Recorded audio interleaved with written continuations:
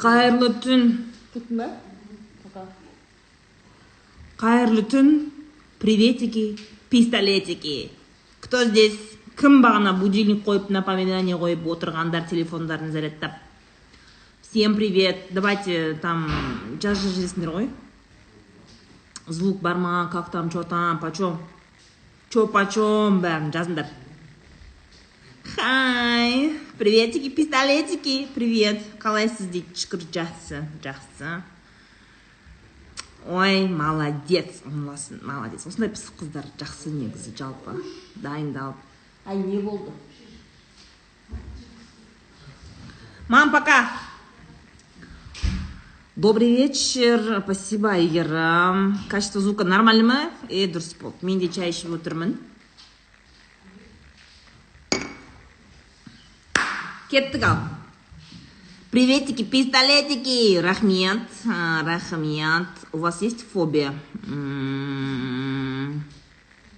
Да, есть фобия. Фобия болғанда страх қой. Чего я боюсь? Чего я боюсь? Я боюсь чего-то. Білмеймін, жалғыздықтан қорықпаймын. Ақшасыз қалудан қорықпаймын.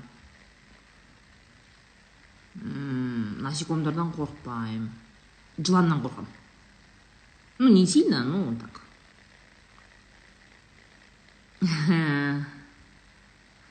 Футболкаңызды анық көрсетіңізші. Көп сөз. Какаха.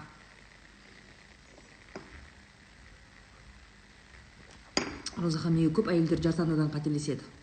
Өйткені махаббат туралы дұрыс емес көзқарастар бар. Махаббат, сау қарым-қатынас, махаббат дегеніміз не? Қалай тіл табысу керек? Қалай на ранних этапах жарды дұрыс таңдау керек? Жалпы жар емес, өмірде көп қой, бизнес-партнер, сотрудник, дос, соларға қатысты көп адамдардың басында стереотиптер, дұрыс емес ақпараттар көп болғандықтан қателеседі. Кстати, интенсивте, қазір сторисқа өтсеңдер, менің 3 күндік интенсивім сатылып жатыр. Сол жерде как раз осы қарым-қатынас туралы сөйлесеміз. Как распознать, как общаться с людьми. Коммуникация желі болады. Приходите. Спасибо большое. Кесеңіз ойыншыққа ұқсайды дейді. Қой, настоящий. Розахан, сіз анаңызға, отбасыңызға қаржылық жағынан көмек бересіз ба? Менің әке-шешем и жолдасымның әке-шешесі.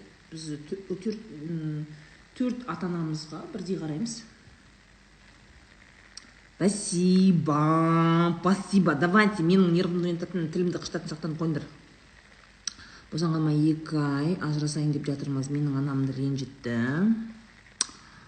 Ауылға барамыз дейді. Мен анамның алдынан өт десем келіспейді. Ажырасамыз деп отыр дейді. Тоғжан. Сонда сен мамаңмен сөйлесуге намыстана ма? Қандай еркек ол? Еркектер осында қойыңдаршы.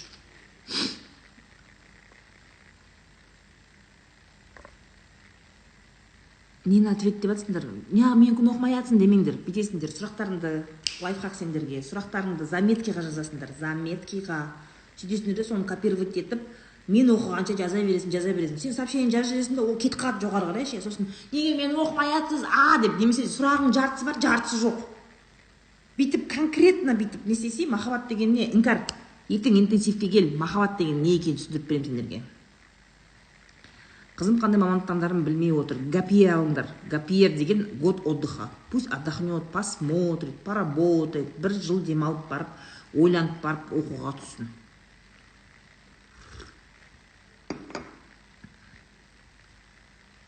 Қайын жұрт әруақ, оларды разы ету керек деген қанша ойла. В смысле әруақ? Привидение ма? Что это значит? Как правильно выстроить отношения с будущей енишкой? Нужно понимать, что она твоя будущая енишка. То есть она всего лишь мама твоего жениха. Ол твоя госпожа, твой бог, твоя богиня, сенің бастығың емес. Она всего лишь мама твоего мужа. Все. Оған табынудың, оның жаңағыдай көңілінен шығу деген сияқты цель болмау керек та. Просто уважать надо. Мысалы сен папаңның әпкелерін, тетяларыңды құрметтейсің ғой. Ты знаешь, у тебя вот тетя, да, вот саламатсыз ба, то есть на уважительных отношениях. Точно так же сенешкой. Ол саған екінші мама боламайды. Давайте без ожидания, қыздар. Күйеуге тиген кезде без ожидания шығыңдаршы.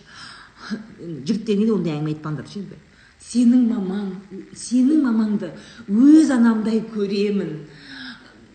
Өзімнің мамамды жақсы көргендей жақсы көрем деп сөз беремін деген, онда без вот этого ожидания. И парни тоже, когда вы женитесь, үйленген кезде ондай нәрседе ожидание болмасын. Қазір менің келіншегім келеді да, менің мамамды мамамдай көреді деп. Көремейді ол. Никак көремейді. Понимаешь? Ене деген ол примерно бір папаның әпкесі сияқты, бір алыс туысқан сияқты, тетя сияқты болады ғой.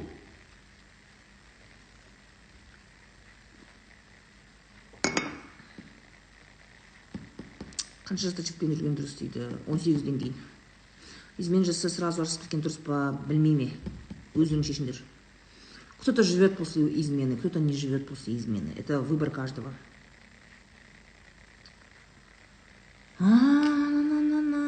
Интересно, вас парни смотрят? Еще как смотрят. Олар үндемей комментарий жазбай көреді. Жолдасым әйелдің жұмысы деп қатты бөледі, даже киімін жуғысы келмейді. Мен жоқ кезде қалай самостоятельный болу үшін не істеуге болады? Фу, Бакуся, ты такая странная. Твоему мужику сколько лет уже? Ол 25-ке келген еркек қой. Оған дейін оның шешесін тәрбиелеп өтпегеннен сен өзім тәрбиелеп аламын деп отырсың. Болды, сондай еркекпен өмір сүресің енді. Все, его так воспитали. Ты взяла уже сондай тәрбиедегі жігітті алдың уже. Сондайға кидің. Все, уже назад дороги нету, он не откатывается. Обратно не откатывается. Басқа бұрынғы прошивкаға өтпейді. Оны сен қайтадан тәрбиелей алмайсың. Все, мужик уже большой уже. Ол миында сондай нәрсе қат қалған. Он вот так келеді да, үйге кетіп киімдерін шешіп, нәскиін әрбір жаққа тастап кетеді да, қатын алады оны. Мен жинамаймын, қатыным жинайды деп, ол сөйтіп тәрбиеленген, саған дейін сөйтіп келген. Енді ол өзгермейді. Вот живи с этим. Басында сұрау керек еді. Күйге тиетін кезде. Сен самостоятельсің ба деп.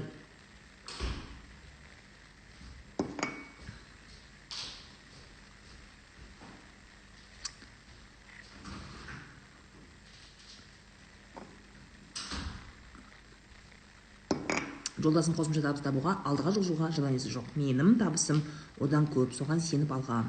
Жұмыс жасайды, өзі дамығысы келмейді, үйде жауапкершілік көбінде, менде соған жаным келеді. Жауапкершілік алма, Шынар. Выгони его из дома. Конечно, ты создаешь ему комфорт. Ты же ему комфорт создаешь, дорогой. Сен болсаң болды. Неважно, сен аз табасың ба, басқа ма. Сен менің байым ретінде қасымда әйтеуір декорация болсаң да сен жүру керексің деген. Сол үшін сен оның тамағын істеп бересің, сен оған комфорт создаешь, сен оның жаңағыдай киімін жуып бересің, алда арт ана ас үстіне түсесің. Қонаққа барған кезде ше, Шынар, қонаққа барған кезде.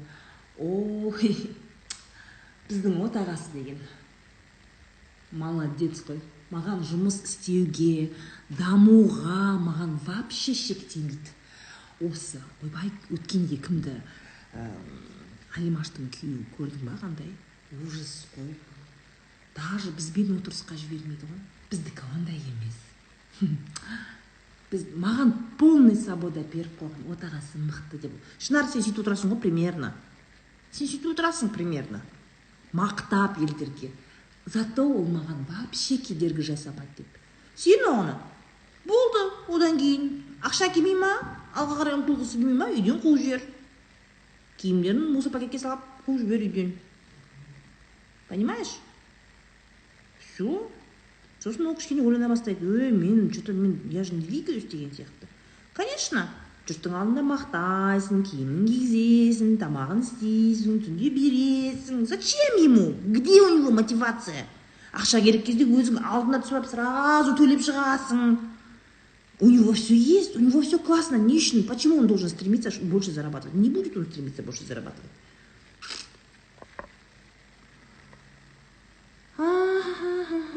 Роза подушкам көріп отырмын дейді. Вот, жігіттер көре ма дейсің, міне, Ильяс көреді, жаңа бірінші болып кірген эфирге. Лудаман адамдар өзгере ма? Жоқ. Назым. Бывших игроманов, бывших наркоманов, бывших алкоголиков практически не бывает. Жігіттен байдан басқа проблема айтыңдаршы. Дұрыс айтасың Балия Ақтөбе. Не проблема айтамыз? Өзің тастасай бір проблеманы.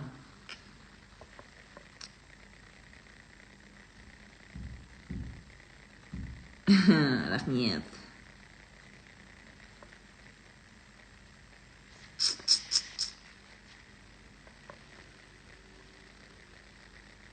Не примешь отца, не станешь богатой деген өтірік әңгіме ол.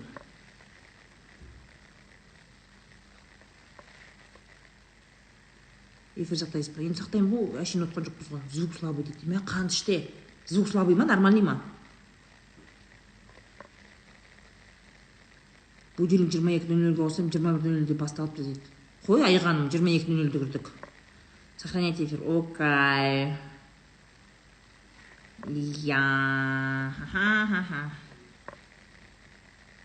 Қыз бен ұлдың ортасында достық бола ма? Жоқ. Я в это не верю. В нашем патриархальном мире я в это не верю. Бересің. Енді дұрыс қой.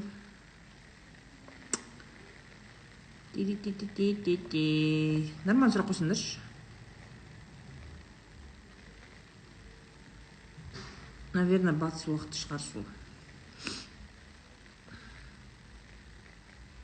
Нашамен айналысатын жігіт алам дейді, не істейміз дейді. Арайлым.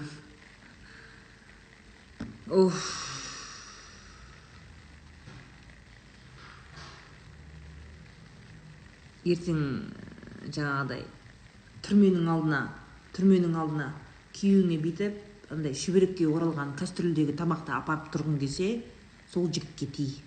Жаңа нашамен айналысатын жігіт бар ғой, соған тий. Түрменің алдында отырасын бүйтіп, жаңағыдай контейнерге, кастрюльге тамақ не істеп, шүберекке орап барасын. Қасына темекі қоясын, спичка қойып, сөйтіп естейсің. Жүр, арайлым, жүр сонымен, жүр. Дым неғыма, уайымдама.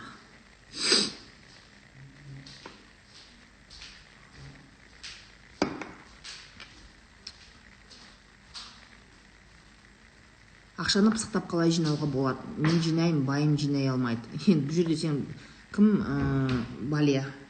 Сен жаңа нормально сұрақ қойып қояттың да, не қылдың соңына қарай бытшын шығардың ғой? Ақшаны қалай жинауға болады деген сұрақтың басы нормально өп кетті. Соң кейін мен жинайын, байым жинай алмайды. Байың тут при чем? Байың осы уақытқа дейін жасағанша да 30-ға келген еркек болатын болса, сен осыған дейін ол тәрбиеленбесе, және ол өзінің проблемасын проблема деп көрмесе, сен не істей аласың оған? Сен ештеңе істей алмайсың. Ал если өзің жинауды білмесең, другой разговор. Өзің жинауды білмесең, другой разговор. Онда мен саған айтатын едім, ертең маған интенсивке келіп, как раз мен ақшаны оңай жинаудың жолын айтам деп айтатын едім да. Но сен біледі екенсің. А байың келмейді менің интенсивіме, понимаешь? Сұрақ дұрыстап қойсай сен. Байымды тәрбиелеп, сен бүйтіп қоясың сұрақты. Балия, бүйтесің. Байымды тәрбиелейін деп едім, 30-ға келген дәу еркекті. Соны қалай тәрбиелесем болады деп қой кердің сен сұрақты. Басын әдемі қылды да, соңғы жағын бытыстын шығарды. Ойлайсың ғой, бір грамотный келіншек екен, бәрін білет, бәрін түсінеді деп. Қайдағы бір деген қойыңдаршы.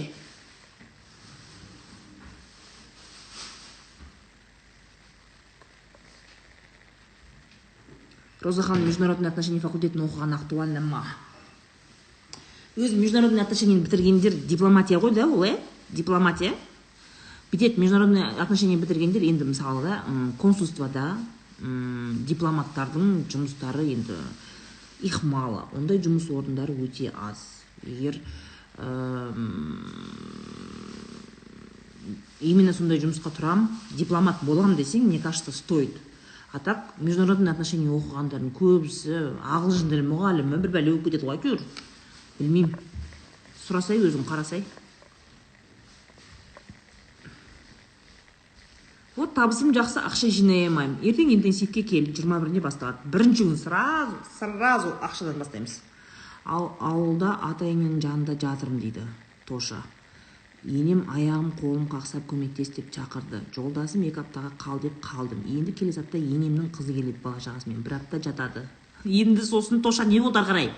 Жалғасын айтшы. Тез жалғасын.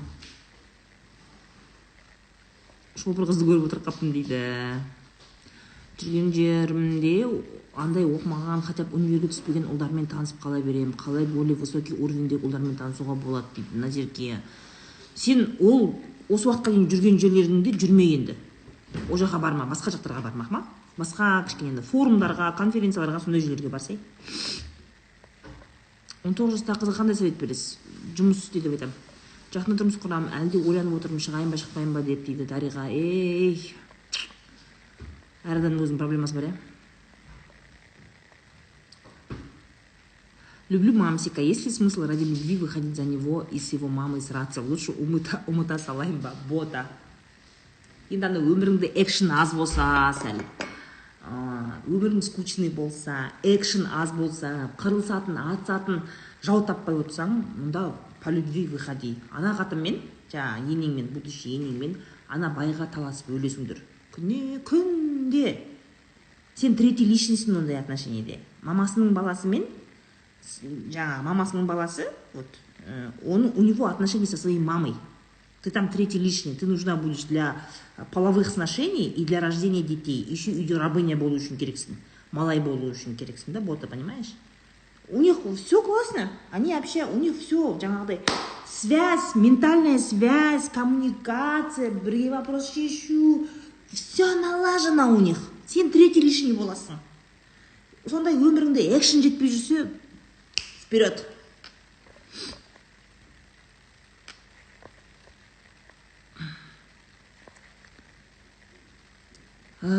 Қолда бар ақшаны үнемдеу деген дұрыс па? Как раз Айжан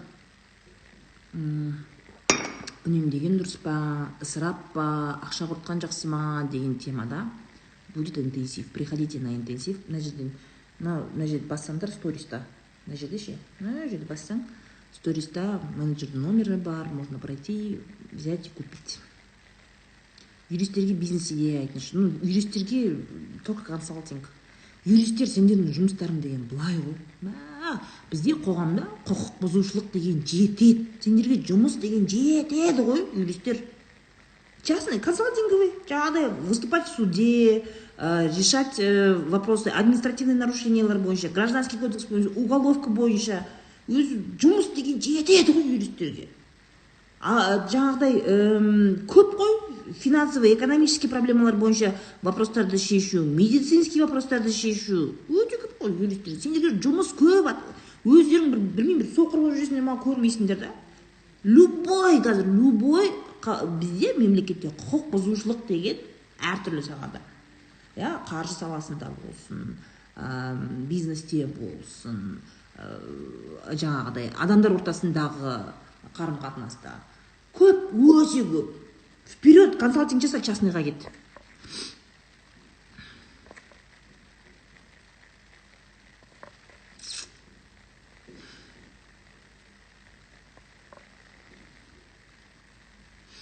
Индер ауданында тұрам, халық саны 15 мың, продуктовый магазин бар, қалай тағы 2х шығам, 15 мың адам дейсің ба? Енді, мысалы, населенный пункт на 15 тысяч человек, ол жерде ондай бизнес, мысалы, ауылға шығасында, просто ауылға шығасында велосипед па, бір бәле алып ал да, ауылды арала. Сен қара, не бар, не жетпейді, сен ұсынысты қарау керексің. Ондай кішкентай мекен жайларда сен именно сұранысты қарау керексің. Қандай сұранысқа сен ұсыныс жауап бере аласың, не жетпейді ауылда. Қандай қызметке мұқтаж ауылдың адамдары. Сөйтіп сен сұраныстан іздемесең бизнес идеяны, қаладан бір супер идея білем қазір, ойбай, бұндайды көрмегенсіңдер деп бір елді бір жинап, вау дегізуің мүмкін. Бірақ бір рет келеді да, олар уже екінші рет келмейді. Өйткені ондай бір новинка қызмет түріне, новинка тауар түріне олар үйренбеген. Ауылдағы адамдар өте простой, өте простой. Хозтовар, продуктовый, киім и кішігірім там иногда бірді не тез сынып қалатын бытовой техника бар, оны үтік, шайнек деген сияқты сондайлар сатылады болды. Өйткені халық саны аз. Сен кафе ашамайсың 15 мыңға, сен кафе, там ресторан ашамайсың. Максимум бір помещение болуы мүмкін, жаңағы арендаға беретін, ас беру бірдеңеге сондай арендаға беретін, прокат, ыдыс прокат, стол прокат деген сияқты сондайлар беруі мүмкін. Ауылда өйткені сұраныс аз ғой. Ауылда ондай не жоқ та. И я не советую увлекаться какими-то городскими, бір городской новинкалар деген сияқты нәрсемен не советую увлекаться. Егер киім таситын болсаң қаладан, ең керек киімдер болу керек. То есть мода қуатын емес та, мода қуатын тренд дегеніміз ең керек. Яғни 15 мыңдық ауылды мекенде тек қана мұқтаж болатын адамдарға ең керек нәрселерді әкеп беру арқылы ғана бизнес жасай аласың. Түсіндің ба, Іңкәр?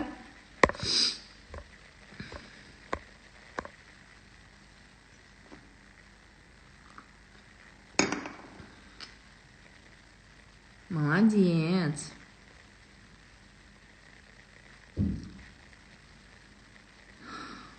Роза ханым күйеуге 1 жыл бұрын шықтым. Күйеуіммен бөлек тұрамыз деп келістік. Ата енеміз күзге қарай көмір алып үлгермедік деп қыстап шығайық деп кетпей жатыр дейді. Не істеуге болады дейді. Көмір алсаңдаршы. Көмірді өзің апер. Сөйтті ата енеңді де көмірді де алып алуға жібер. Неме ол проблема болсын?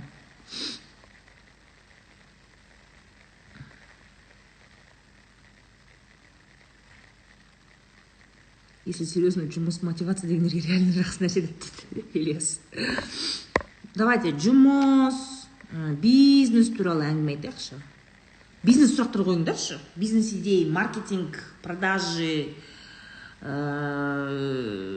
сондай нәрсе айтыңдаршы, пожалуйста.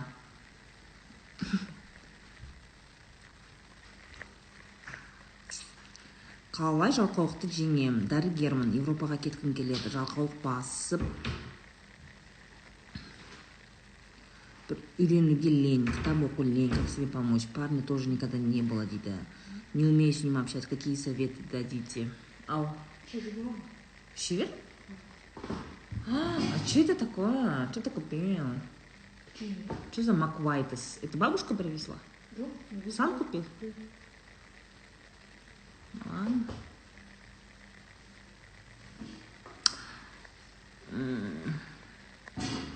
Жаңағы врачпен Европаға кетем деп отырсың ба? Кетсейші енді. Кетсейші. Просто сен мынандай адам шығарсың, который, вот, знаешь, ты боишься изменений в жизни. Өмірдегі өзгерістерден қорқасың. Қалайсың, бірақ қорқасың. Орнынан тұрып қимылдап кете алмайсың, да? То есть сейчас твои страхи, они сильнее, чем твои желания. Когда желаний будет больше, тогда и двинешься. Как развивать магазин косметики? Ару, в каком городе? Население.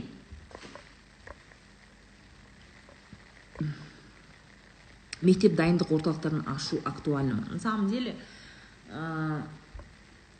бәрі локацияға байланысты. Конечно, актуально. Яғни, не көп, бала көп. Баласын сабаққа үйрете алмай жүрген мама көп. Жақсы сапалы қызмет көрсете алсаң, it's okay. Но надо локация жақсы, спальный райондардан ашу керек, где много квартир. Мысалы, домның астына ашатын болсаң, квартиралар көп, бала жаға көп туатын райондарда ашсаң, нормальный болады. Свод анализ қалай дұрыс жасалады? Нұрсұлу, Google-да ашсаң, толып тұр, қазақшасы да, орысшасы да. Бухгалтерге қандай кеңес бересіз? Зарабатывай деньги. Біраз жұмысты қатар алып жүрмін. Фокус шашыраңқы, Гүлжан, оптимизировать ет. Оптимизировать ет. Негізі бірнеше проекттерді алып жүруге болады да, бірақ та я рекомендую, чтобы эти проекты, сол проектлер приблизительно бір салада болу керек та. Мысалы, сен SMM-шіксің, и сен кафенің парақшасын жүргізесің. Кафенің парақшасын жүргізесің. Енді соған қатарлас етіп, ыдыс магазины, продукты деген сияқты, сондай, немесе басқа кафе, басқа ресторанның парақшаларын алып, сіз бірнеше проект жасауға болады. Яғни, примерно бір сферада болған дұрыс. Сонда сен фокусын шашырамайсың, сен примерно бір салада, ол жерде ыдыстарды қалай дұрыс түсіру керек, қандай подача беру керек, не нәрсеге акцент қою керек, сен уже білесің да, понимаешь? Сондықтан да бірнеше проекттермен айналысуға болады, бірақ ми шашыраңқы болмау үшін олар приблизительно бір салада болса, қатты энергияң кетпейді. Айтишниктер ең начинающийлерге қалай жұмыс табуға болады? Андай компаниялар бар, которые оказывают услуги разработки. EPAM сияқты. EPAM-ды білесіңдер ма, айтишниктер білмейсіңдер ма? Или оны да үйретуіміз керек па? EPAM сияқты компания разработчики, мысалы стартаптар бар, немесе әртүрлі компаниялар. Қазіргі өте көп компаниялар цифровизацияға кетіп жатыр. Даже ресторандардың өзі цифровизацияға кетіп жатыр да. Оларға, например, свою команду разработчиков держать невыгодно. И оларға аутсорсинговый, консалтинговый услуга ретінде арнайы сондай IT услуга өткізетін компаниялар құрылған. Олар мысалы контрактқа отырады, бір ресторанмен олардың цифровизациясын алу үшін. Сөйтеді де бір жылдық контракт деген сияқты сондай компанияларда сондай IT услугасын көрсетесің, сондай компанияларда жұмыс істеген пайдалырақ болады. Көп нәрсе көресің, әртүрлі проектілерді көресің, әртүрлі сала көресің. Сөйтіп бастап істеп жүрген кезде обязательно өзіңнің салаңды табасың. Сосын одан бөлек айтишниктер профориентация бар. Арнайы айтишниктерге арналған профориентация бар. Яғни IT саласының өзі ішінде өзі көп бөлінеді ғой. Разработка бар, продуктолог бар, IT-аналитика бар, көп жерде сала көп та. И сен өзіңді сол IT әлеміндегі ішінде қандай специализацияға барғаның дұрыс екенін анықтайтын профориентологтар бар. Вот сондайларды тауып, солармен сөйлесіп, өзіңнің қабілетіңді біліп, IT әлемінің ішінде өз орныңды табуға тырысу керек. Понимаешь? Это очень важно. Сонда сен выгорать етпейсің. Вроде бы IT-сің, а там непонятно, чем ты занимаешься. Чтобы такого не было, IT-да карьера жасау үшін өзің нақты білу керексің да. Оның ішінде мен кім боламын, иә? Оның ішінде кіммін деген сияқты. Мысалы, врачтар дейді да, дәрігерлер дейді. Дәрігерлерді де қарап отырсаң, ішінде сала көп, педиатр бар, стоматолог бар, гинеколог бар, невропатолог бар, хирург бар, иә? Ну, медицина деп аталады оның бәрі. Тура сол сияқты IT-дің да ішінде направление өте көп. Өз орныңды табуға тырыс. Бизнес туралы сұрақтар. Бизнес, жұмыс.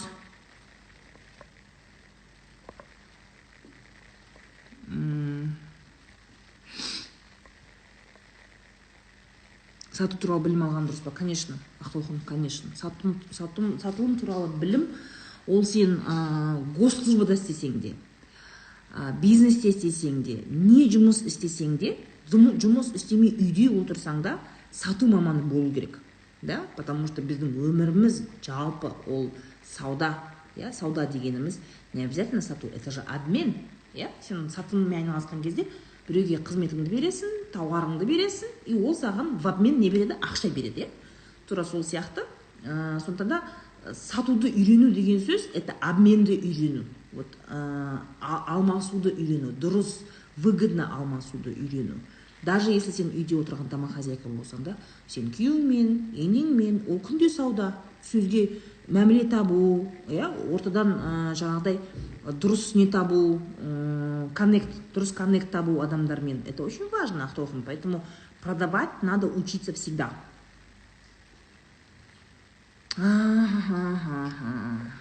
Маған стоматолог жігіт керек дейді. Балнұр четкий запрос беріп жатыр. Стоматолог жігіт керек Балнұрға. Осы жерде отырғандар болса, жаз жеріңдер. Кредитпен бизнес бастау қате ма? Аяулым, смотри. Жаңа бизнесті, сен бұрын істеп көрмеген бизнесті, өзіңде бизнес істеп көрмегенсің, и бизнесті жалпы жаңа болса, оны кредитпен бастаған дұрыс емес. Кредитті алуға болады, егер сен уже жасап, үйреніп қалған, әбден майын ішкен бизнесіңді масштабировать еткің келсе, үлкейткің келсе, кредитный ақша салып, кішкене оборотты көбейтіп, бизнесті үлкейтуге болады. Бірақ нөлден бастаған кезде кредит алма. Нөлден бастаған бизнесте жүрмей кету рискі өте жоғары. Қайта жоғары. И тебе, сосын сен аласында ол бизнеске бір тауарға ма бірдеңге, оборудование бірдеңеге салып қоясың ақшаңды. Ол жүрмей қалса, сосын сен жұрттың бәріне қарыз боласың, өз-өзіңді жек көресің, құрсын, бұдан кейін мен жұмыс істемеймін, бұдан кейін мен бизнес істемеймін деген сияқты. Сосын разочарование у тебя будет. Сабыржан, иди в мою комнату, пожалуйста. Чего тут шумите? Выгорание как выйти? У меня в YouTube есть про выгорание урок. Бөлек шығамыз, байымды қалаға кеттік деп көндіріп жүрмін дейді.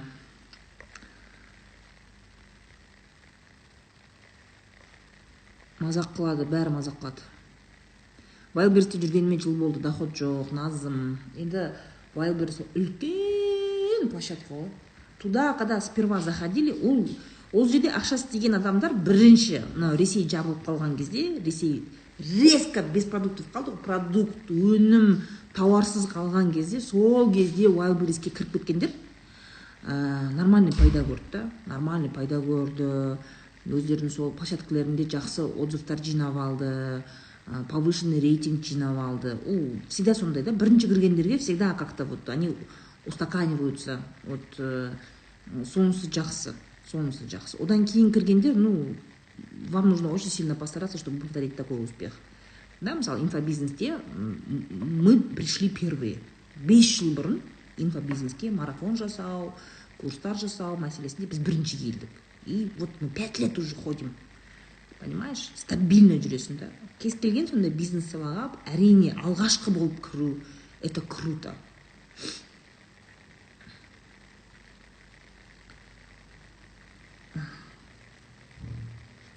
Инновационный проект идея айтасыз ба Ақтөбе қаласы? Мөлдір. Я просто ол қаланы мен білмеймін да, Ақтөбеге барған емеспін.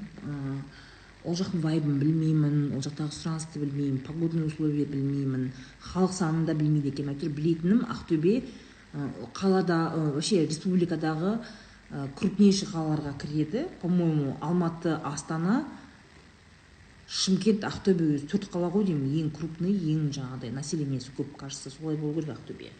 Погодные условия бар. Сендерде мен естігенім, этот не да, жолдар нашар, бірдеңе, автомобильный бизнес какой-нибудь, мойка актуальный деп естігенмін. Я не знаю, я у вас в городе не была, бірдеңе деп айта алмаймын. Бизнес идеяны іздеу, мысалы да, біз бүйтесіңдер, сендер отырып алып ше, үйден шықпайсыңдар да, үйде отырып алып, айтасыңдар ғой, отырып пландап отырасыңдар. Қандай бизнес ашсам ба, бүйтіп істеймін ба, қандай бизнес идея бар деп ойланып отырасыңдар да. Ал негізі бизнес идеяны не надо в голове придумывать. Сен просто қалаңа шығасың да, бүйтіп қарап жүресің, қандай сұраныс бар адамдарда, қандай сұраныс бар, и сол сұранысқа ұсыныс бересің, болды. Поизучай, халықтың сұранысына қарай. Қандай идея бар деп отыруға болады стартаперларға. Стартаптар отырады да, неше түрлі жаңағыдай не жасайды, брейншторминг жасайды, гипотезаларды тестить етеді. Олардың жұмысы сол, да, вот олардың жұмысы сол. Олар әйтеуір бір единорог болу керек, әйтеуір бір атып кететін бірден атып кететін стартап болғысы келеді. Олардың жұмысы сол. А сен традиционный бизнесте, традиционный кәдімгі офлайн бизнес, дүкен болсын, қызмет, не болсын, сондай нәрсені жасаған кезде сен сол қаланы, өзің тұратын қаланы зерттеу керексің, адамдарды зерттеу керексің. Солардың сұранысына қарай ұсыныс бере алу керексің. Сол ұтымды бизнес проект болады сонда. Түсіндің ба?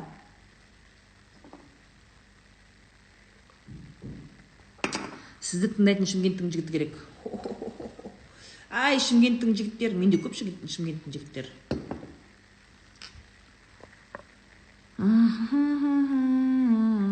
Розахан бір жерің ауырып жүрсе, бәрі кетеді, жазылады, аффирмация айтсаң кетеді деп ойлайсыз ба дейді. Жоқ, өйтіп ойламаймын. Финансовый грамотасының басты 3 қағидасы: есеп. Ең басты ол есеп. Кіріс пен шығыстың постоянный есебін біліп отыру. Екінші, жоспарлай алу. И үшінші, әрине, жоспарға сай жұмыс істеу. Бизнес жайлы курстарыңыз бар ма? Жоқ. Бизнес жайлы курс жасау қиын да. Бизнес жайлы курс қалай жасайсың сен? Мысалы мен, короче, бизнес жайлы курс келіңдер, бизнесмендер бәрін келіңдер деймін да. Атам, придет же разный бизнес. Сетевой, Wildberries келеді, ресторан келеді, магазин келеді, нижний белье, бір бәле, бәрі келеді ішіне. Мен оларға жалпы бизнеске бірдей болатын мен пайдалы ештеңе бере алмаймын. Это нереально. Вы будете разные. Сонымен все разочарованные будут. Не бывает такого. Бәріне дұрыс келетін, барлық ситуацияға дұрыс келетін бизнес-курстар болмайды. Понимаете? Даже сатылым курстарының өзі олар бөлек-бөлек болу керек. Понимаете? Потому что продажи разные. У каждого бизнеса свои продажи. Пиндодо жайлы айтыңызшы дейді. Пиндодо деген сайт қой, я? Сояқтан оттуда товары заказывают и здесь перепродают же, да? Сондай, кажется. Не знаю, в ТикТоке же сидят, отырады ғой. Распаковка жасап, сатып, сондай шығар, білмеймін, онша білмейді екенмін.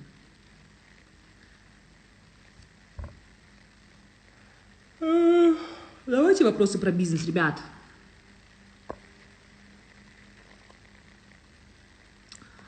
Просто вообще алып қашу туралы зор совет айттыңыз. Репост жасап историяма алып кеттім. Но будущее қыздар, да, имейте в виду, ойын күлкі витамин, конечно, но умейте защищаться. Алып қашуға көнбеңдер.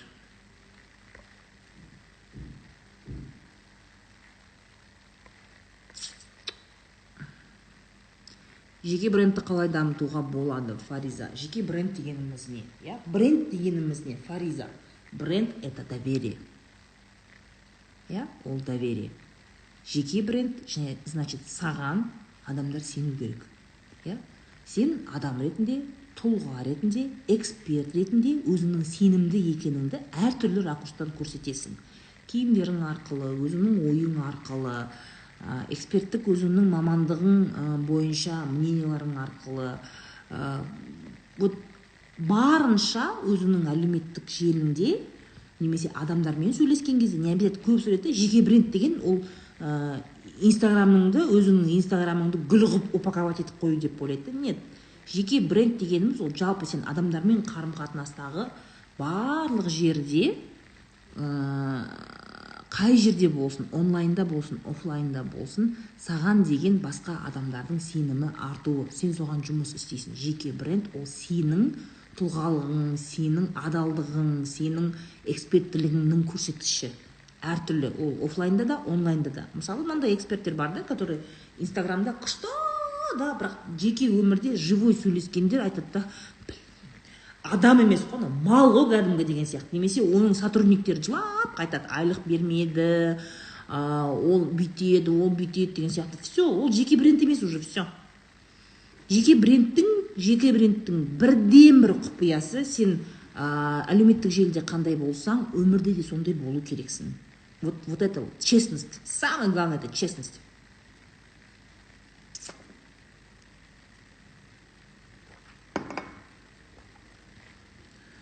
Өгей шеше жайлы айтыңызшы дейді. Зачем? Мы сегодня про бизнес говорим. Акциямен айналысқан выгодно ма? Айдана, акциямен айналысу, мысалы, ол сені бір-екі жылда бір ақшаның астына көміп қоймайды. Да? Покупать акции, оларға сен ақшаны вкладывать етесің, и ол саған пассивный доход болады, но не сразу. Бір 10 жылдан кейін нормальный доход алып келеді. Оған дейін сен тек қана толтырып отырасың. Там же есть сложные проценты деген бар, басқа бар. Оны жақсы мамандардан оқу керек ше. И сен акцияға ақша салып, 1-2 жылдан кейін миллионер болып кетемін, мен долларға миллионер боламын деген ол өтірік нәрсе. Акцияда он пассивный доход етуге болады, и чем раньше ты начнешь вкладываться в акции, тем лучше для тебя. Жастарға бізде ондай нәрсені үйретпейді да, шетелде үйретеді ондай нәрсені ше. Жастарға айтады, стипендия алсаң да, хотя бы бір акция сатып алсаң да, әйтеуір бірдеңе вкладывай деп ше, балаларға жас кезден жасөспірімдерге вкладывать етуге советовать етеді да. У нас такого нету. Біз 30-40-қа келген кезде, ойбай, осы бір жерге ақша салу керек, не істейді, не деп отырамыз да. Үлкен осындай бір упущение бар.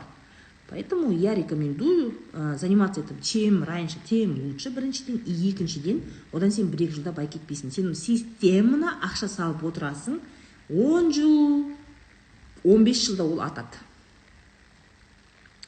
Трейдингпен айналысуға, я считаю, что это очень рискованно.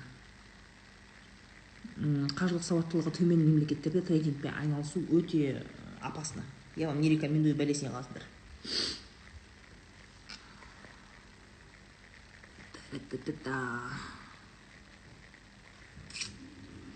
Игроманы лечатся, можно в это верить? Нет, Мика. Это нет. Тендер. Уақытша жұмыс қой тендер. Қайырлы кеш, бастаған кәсібім бар. Акция жасау арқылы клиент жинадым. Бірақ акция біткен соң қайта сауда бәсеңдейді. Конкуренцияда көп, не істесем болады. Енді кім, Жұмагүл ма? Жұмагүл, айтып кетпедің ба, не тауар екен? Мен білмеймін ғой, айғырап білем ба, сен не сатасың? Сен констовар сатасың ба, қарт сатасың ба, не сатасың? Тауарыңды айтып кетпейсің ба? Сонша сұрақ жазғаннан кейін. Ата-ене, ата-ене айта бермеңдер шай.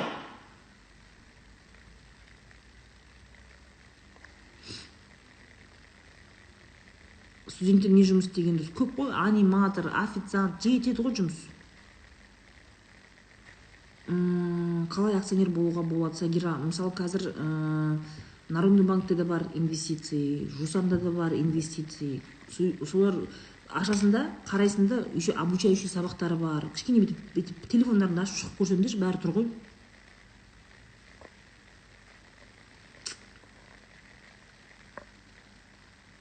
Учебный центр айтып қойдым.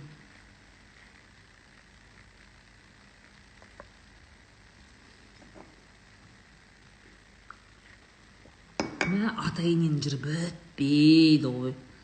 Киноға айтпақшы, не істеу керек еді, разбор, киноразбор істеу керек еді. Какой кино хотите на разбор? Бір өзім қолым қышып жүр. Бір 10 сағат жатып, үйде ше. Төсектен тұрмай жатып разбор істейтін. Бір андай бір үлкен, бір объемный, 100 сториске сыймайтын разбор істесем ба деп жүрмін да. ОБТ курстарын жазда қалай сатуға болады? Жазда тәтем-ау, ОБТ курстарын январь-февральдан бастап сату керек қой. Жазда уже актуальность же спадает. Красотка дейді. Хочешь проститутка туралы ма? Нет. Это же фильм, вообще красотка киносы, она сильно идеализирована. Там это в целом неправильный фильм. Он неправильный. Бір көріп не қылғанға, но в целом неправильно. Там идет идеализация такой профессии, проститутки. Типа, проститутка же вышла за миллионера. Деген сияқты, да? Вообще, короче, во-первых, это нереальная история. Шынайы өмірде ондай история болуы мүмкін емес. Мүмкін емес ондай болуы. Это нереально. Понимаешь? И на самом деле, ол кино слишком идеализировано. Главная героиня, она же, по сути, и наркоманка же. Сондай бірден қасында подружкасы наркоманка, өзі наркоманка, по-моему, да. И так, чтобы в нее влюбился миллиардер, дарил ей бриллианты и хотел на ней жениться. What? Типа, қыздар, вы чё? Нормальный кино көрсеңдерші. Дьявол носит Прада, я его хотела, но, смотрите, Дьявол носит Праданың защитасы мықты. Мен оны сторисқа шығарсам блоктауы мүмкін. Паразитті көрмеппін. Мен оны өзім көрген жоқпын. Корейский киноларға нервім шыдамайды мен ше. Андай сөзі аз, бетімен ойнайды ғой ше. Это эмоциямен, тип, күлсе де, не істесе де, аз сөйлейді да, что там разбирать, господи, не знаю, мен нервім шыдамайды корейский киноларға, если честно.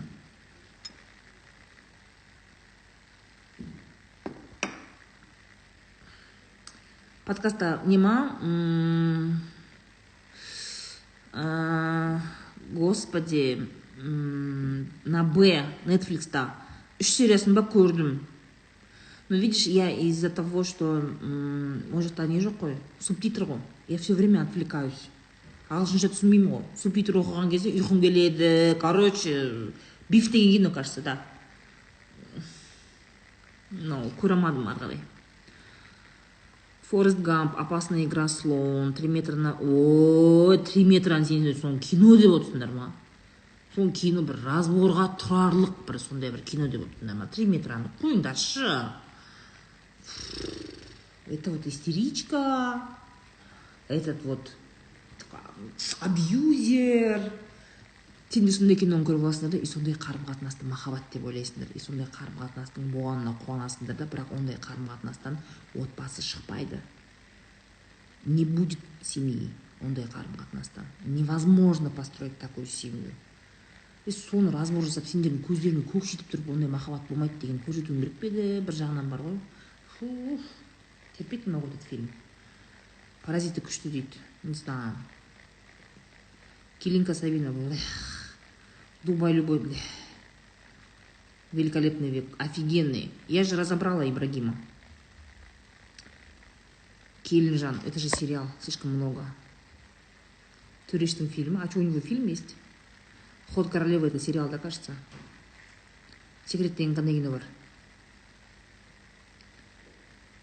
Кінәлі қар дейді.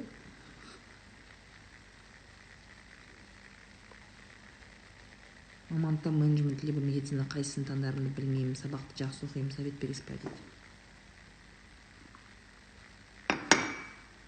Я бы выбрала медицину.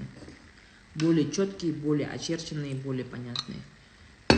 Менеджментпен сен қаға барасың, өзің жассың. Менеджментке, управлениеға. Менеджментті, мысалы, сенде, мысалы, мне нравятся менеджера, которые бір определенный мамандықтан шыққан менеджерлар ұнайды маған. Мысалы, сен врач боласың да, сосын сен дополнительно MBA-да ма оқисың, менеджментті оқуға аласың ше. Врач с MBA болсаң, онда сен управляющий клиники, управляющий поликлиник, государственных учреждений, Министерство здравоохранения деген сияқты жерлерде жұмыс істей аласың да. А так просто менеджмент это ни о чем. Вообще ни о чем. Қай салада менеджмент?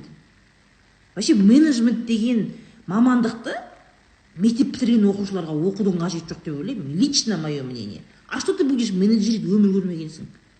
Бірінші определенный мамандықты, мысалы, егер финансы бітірсең, қаржы саласындағы менеджмент болатын болса, офигенно. Банктерге тұрасың бастық болып, неше түрлі финансовый корпорацияларға бастық болып тұрасың, басшы ғой. Менеджмент деген это управленец, да, это управление. А сен жаңа мысалы менеджмент деген мамандықты сен алдың, да, алдың сен сол мамандықты, универді бітірдің, қолыңда менеджментті бітірген диплом бар. Қаға барасың онымен? Өмір көрмегенсің, коллектив көрмегенсің, қаға барасың онымен? Ешкім алмайды. Басқарушы ретінде сен өмір көрмегенсің ғой. Четкий мамандық аласың да, сол жерде жұмыс істейсің да, и ары қарай өсу үшін MBA оқисың, менеджментті оқисың да, ары қарай сен уже жаңағыдай управлениеге қарай ауысасың. А так с нуля, вот мынандай нөл мектептің нөл миымен менеджмент оқыма, не рекомендую.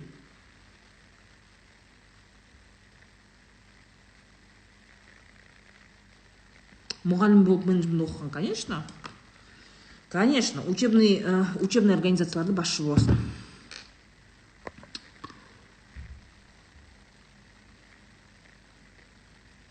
Муздарың айтпаңдар ше. Гостиничный ресторанное дело туралы білесіз ба, болашағы бар деп ойлайсыз ба? Болашағы бар деп ойлаймын, Талғатовна. Но я считаю, что его нужно учить не в Казахстане. Гостиничный ресторанный бизнесті Қазақстанда оқуға болмайды. Өйткені бізде университеттерде тура осы мамандық бойынша бір жаңартылған ақпарат жоқ. Ондай мамандықты Европада, Түркияда оқуға болады. Түркияға нағыз отель мен ресторанның аталары мен апалары солар ғой. Сондай мемлекеттерде оқыған болады. Қазақстанда несін оқисың? Бізде ресторандарға барсаң құрсын, официанттар лағып жүреді, жаңағы ше. Тамақтары каждый раз порциясы әртүрлі, гостиницалардың түрін адам жылайды. Түрлерін көрсең. Не үйренесің сен? Біздің мемлекетте гостиничный бизнесті шетелде оқы.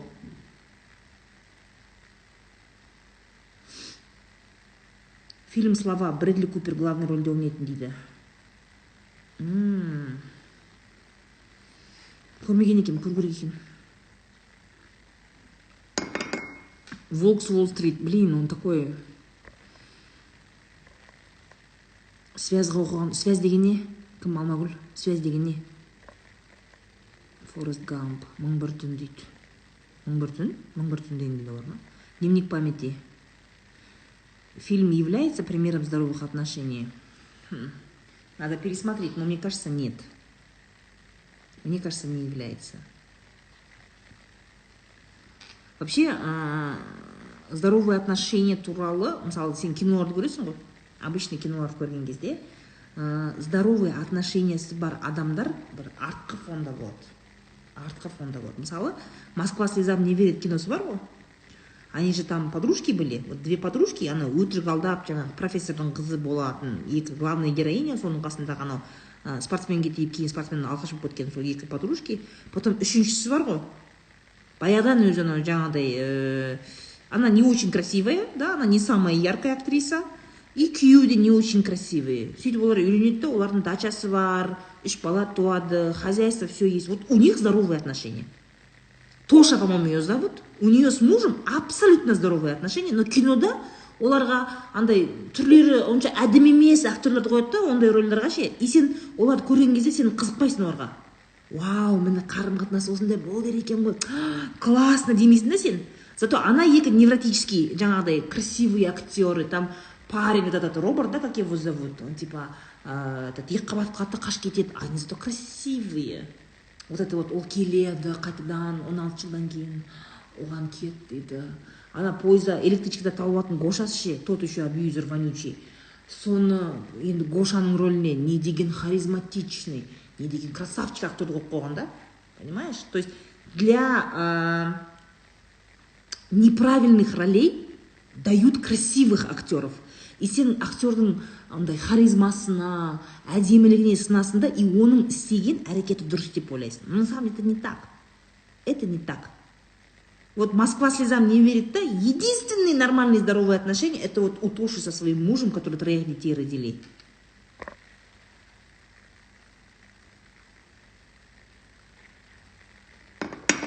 Ойбай, іштерім толып қапты ғой. Әлі айтып жатсың ғой кино орды. Ешь молюсь любви. Не знаю. Не знаю. Андай ше, смотри, вот сейчас сидят в эфире 1000 человек, 1000 адам отыр да. Мы говорим про бизнес, образование туралы әңгіме айтып жатырық да, бір пайдалы әңгімелер айтып жатырық қой. 1000 адам отыр. Когда я типа говорю, күйеуіңді бүйтер, енеңе бүйтіп айтасың, деген кезде құдай 1700 адам отырады ғой. 1700 адам отырады ғой. Не істеймін сендерді? Қашан ми келеді сендерге? Қашан адам боласыңдар? Қашан білім қуасыңдар? Қашан бай боласыңдар?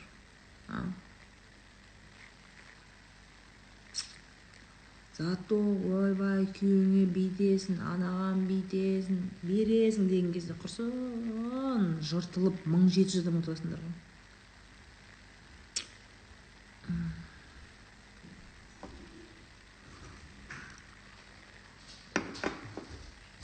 Что случилось? Это твоя зарядка? Да, твоя. Тіл оқу керек, дұрыс айтасың Гүлмира. Міне жігіттен қалай құтылса болады, басталды.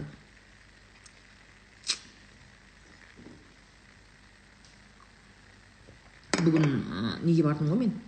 Съемкаға бардым ғой.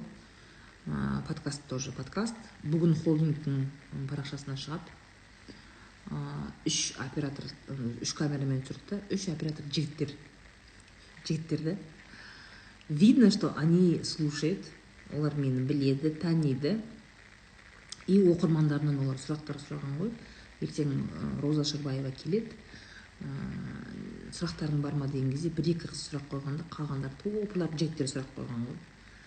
И вот реально эти 3 парня классные, такие, открытые, молодцы такие. Үшеуі түсіріп тұрды, они очень внимательно меня слушали.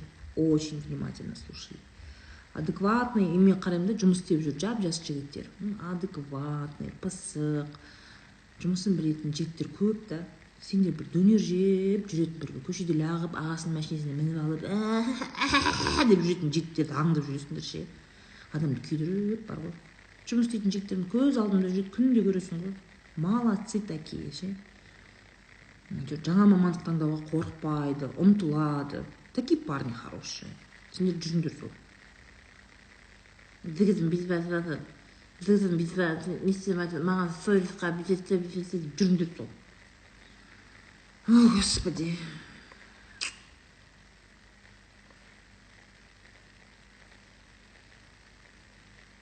Қалай құтылсам болады дейтін әңгімелерің бар ғой. Шаршат жерде адам бар ғой. Қашан ми кіресіңдерге?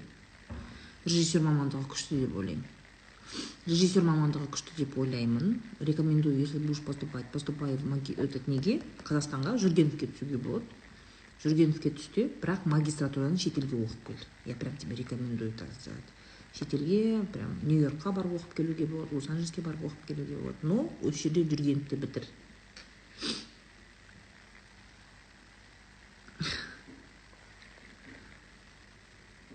Киім сатамын деп Инстаграм аштым, таргет қостым, 100 подписчик жиналды, ешкім алған жоқ, товарды. Олар алу үшін не істеуге болады, или олар үйрену керек па дейді. Меруерт. просто так таргет жібергеннен сатылым болмайды. Өзің товарың жайлы айтып беру керексің. Өзің шық, иә. Адам айттым ғой жаңа, біз личный бренд деп жатырмыз да. Адам бірінші адамға сенеді. Сосын барып ақшасын береді да. Просто таргетке сен товарды жібергеннен адамдар келеді, көреді, иә, әдемі екен, сурет әдемі екен дейді да, болды.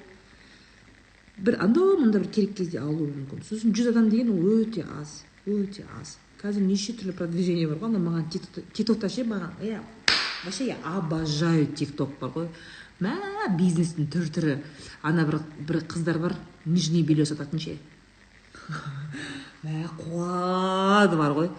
Мынандай қап-қара маска ма бір бәле бетіне киіп алады да, нижний белье киіп алып сөйтіп. Мә, астында адамдар деген қырылып жатады. Біреулер жаңа бағасын сұрап жатады, біреулер мазақтап жатады да. Как-то вот эпатажно что-то делают необычное и как-то рекламируют свои товары. Қазіргі кезде просто выкупить товар и продавать, просто инстаграмға суретін шығарып қою арқылы сату, это глупо. Ешкім мән бермейді. Сенің жарнамаң ерекше болу керек. Сенің жарнамаңның өзінің бір қызығушылығы болу керек. Ана бір қыз бар ғой, тоже тиктокта отыратын, тоже, по-моему, Қытайдың қазағы ғой деймін, атын білмеймін, қазір телевизорға да шығып жүр ғой. Сол қызда мысалы үшін товарларды алып, прямой эфирда бүйтіп, распаковка жасап отырып, не істеді ғой енді, сөйтіп ерекше дизайн жасап, ерекше подача жасады да, бір ерекше басқаша подача жасағаннан кейін оның саудасы бар. Сол сияқты креатив керек бәрібір, креативно сата білу керек. 100 подписчигің мысалы үшін сен нижний белье сатасың. 100 подписчиктің қаншауына нижний белье керек болуы мүмкін. Неше жылда.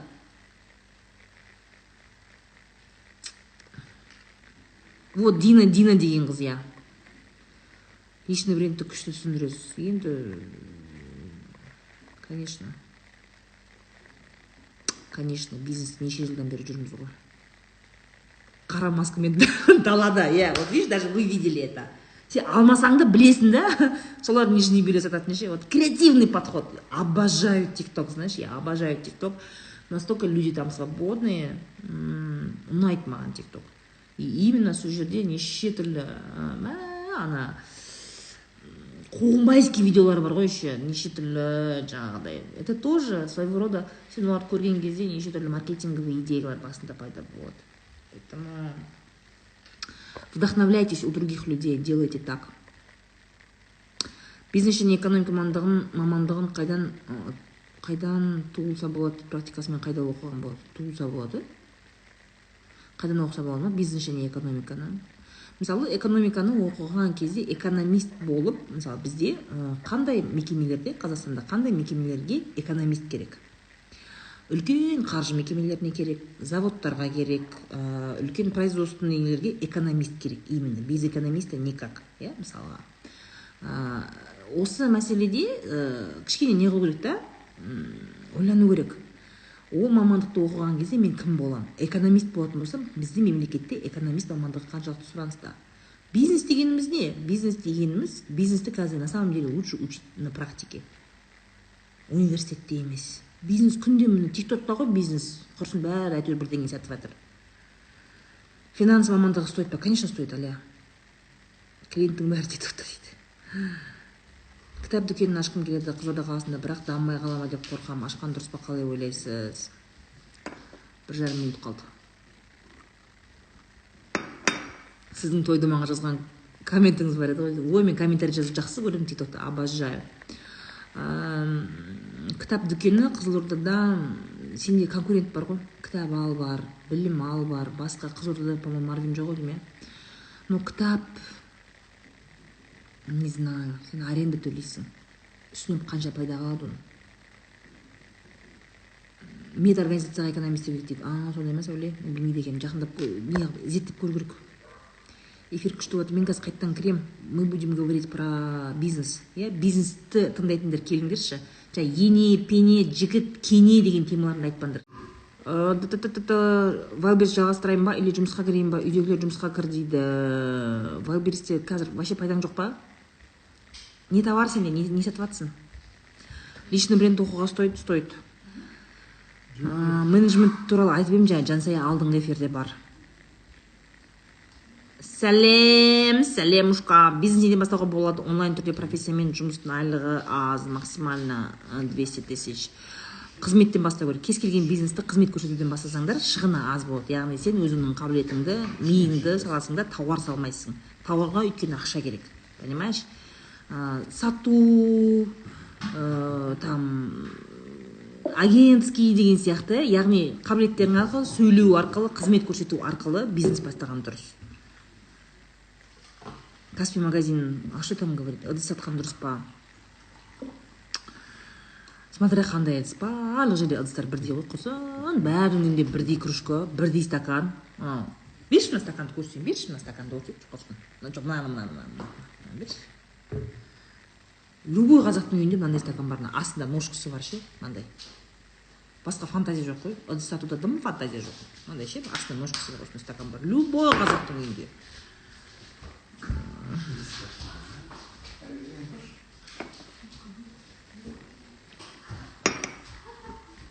Сетевойға көзқарасыңыз. Сетевой маған ұнайды в том плане, что там очень много обучений. Обучение көп, сатуға үйретеді. Даму бар. Бізде бар дейді. Арбитраж трейдинг туралы. Трейдингқа не рекомендую.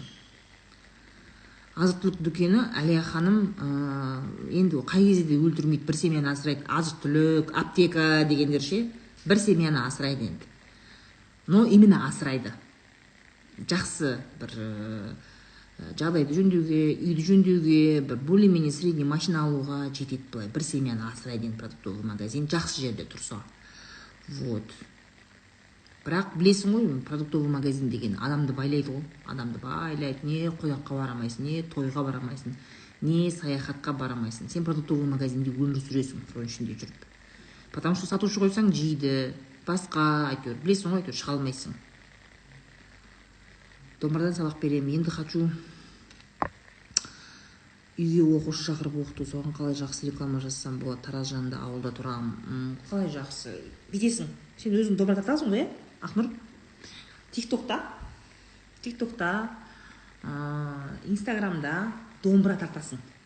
Сөйтіп күшті домбыралар тартып, жаңағыдай қалай үйрену керек сияқты сондай нәрселерді видеоға түсіресің да. Қолдың жұмыс істеуі, бәрін, ноталарды, сосын өзің күшті қылып тартасың. Сөйтіп барып, рилстар, тиктоктар саласың.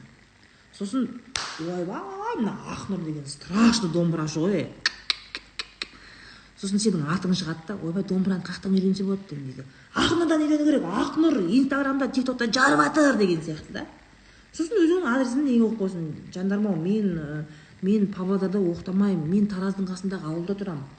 Ауылға келіңдер деген сияқты сөйтіп айтасың. Түсіндің ба, Ақнұр? Көрсету керек не істейтініңді. Домбыра, бәрібір тартып тұрсың ғой домбыраны. Телефонға түсірді, шығара бер тиктокқа. Наставничество қазір Айхан абатқан жоқпын. Нижний белье пижама сату. Үлкен қалаларда болмаса, нижний белье да просто такой. Нижний бельеда остаточный размерлер қалып кетеді, білесің ба? Кім бізге Адинова? Остаточный размерлер қалып кетеді. Ана өтпейтін размерлер болады. Нижний белье сен оптым алған кезде барлық размер аласың ғой, бүкіл размерін ряд қыласың да, оның ішінде ең өтімділер болады, сосын қалғандары остаточный болып қалады, ақшаны ұстап.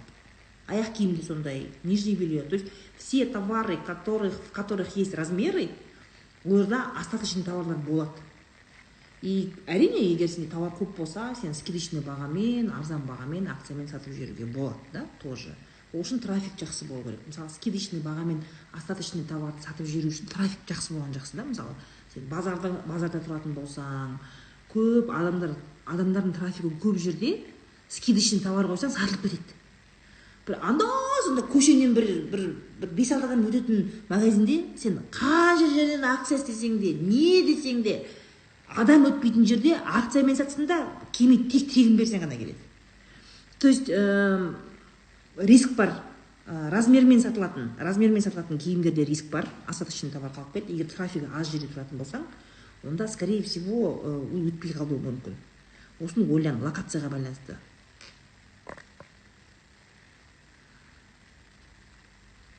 Библиотека дейді, Абилаева, какой город, население?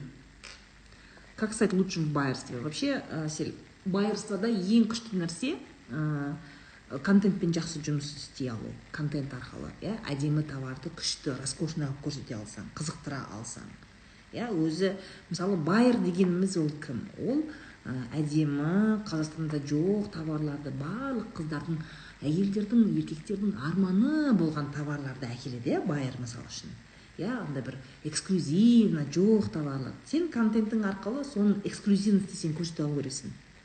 Байердің основной жұмысы сол. Мен көп байерлардың парақшаларын қараймын да, адам қарның ашады ғой. Ана интернеттегі суреттерді қойып қояды, андай пикселі бүйтіп ажырап жатқан ше, андай ше, качествосы нашар интернеттегі суреттерді қойып қояды да, астына бағасын жазып қояды. Кім көреді оны? Байер деген, ананы деген бүйтіп әдемілеп, ең последний айфонмен түсіру керек оны. Күшті светпен, бүйтіп ана адамның ана көздің жауының артын распаковкалар жасап, клиент заказал с Америки вот эти кроссовки. Кожа такая, та-та-та деп бүйтіп сөйтіп күшті қылып біздің клиент заказ берді деп айтқан кезде еліме мен де осындай клиент болғым келеді деп саған сол кезде қызығушылық пайда болады да. А так байеры, которые сидят интернеттегі сурет шығарып қойып, қазір мені товар алады деп отырғандар, до свидания. До свидания, істемейсіңдер дейді. Йога фитнеспен айналысуды ойлап жүрмін. Хорошая. Гүлнұр қазір көбісі өздеріне не қылып жатыр ғой, өздеріне қарап жатыр ғой, очень хорошо.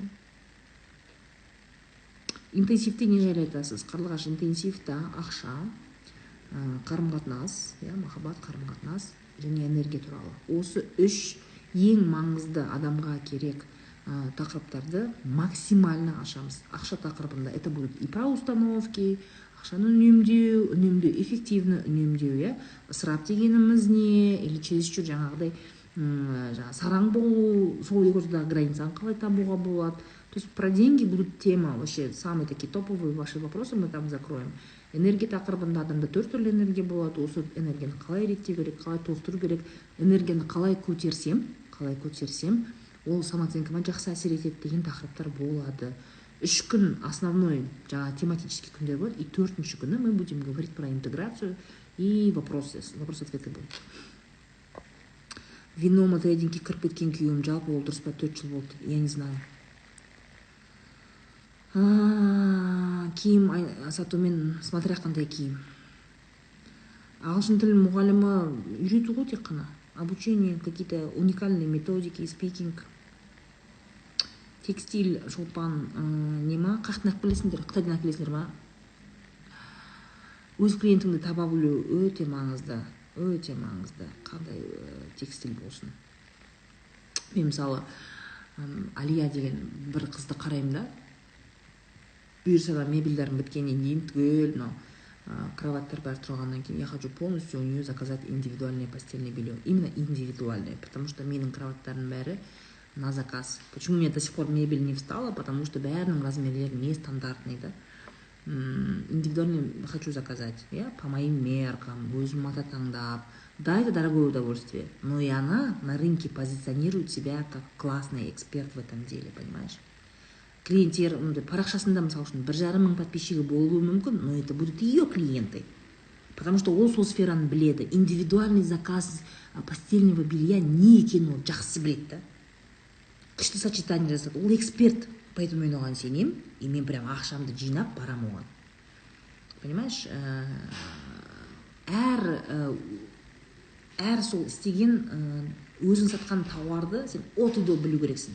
И от-до білгендіктен сол тауарды именно сол тауарға қызығатын адамдарды шақыра алу керексің бизнесіңе. Понимаешь? Бізде қазақтар көбісі бизнесті өзіне ашады ғой. Маған сол, ұнайды осы постельный белье. Өзім 3 жылдан бері осы постельный бельені алам. Маған ұнайды, армандаймын осындай сатқым келеді дейді. Соны барып, ақша құртып тауарды алып келеді, а оны сатамайсың. Понимаешь? А нужно же алып келген тауардың потребителі кім? Оның қандай құндылықтары бар ол тауардың? Ол құндылықты қандай категориядағы клиенттер түсінеді? Және ол категориядағы клиенттерге мен жарнаманы қалай жасаймын деген четкий сенде не болу керек? Система болу керек басында. Дұрыс айтасыз, магазин сонымен арендаға бердік қойды. Нефтяник мамандығым, дальше бизнес, нұрбарак оқуға түсу, мамандық бойынша жұмыс, қайсысында алсам болады дейді. Нұрмүбаракта оқуға түскен кезде сен тек қана имам сондай болмайсың ба? Ұстаз боласың ғой, мөлдір. Басқа не боласың ол жақта? Ол жақта қандай басқа маман бар? Ұстаз болу ғой? Или не бар уже? Мен білмейді екенмін.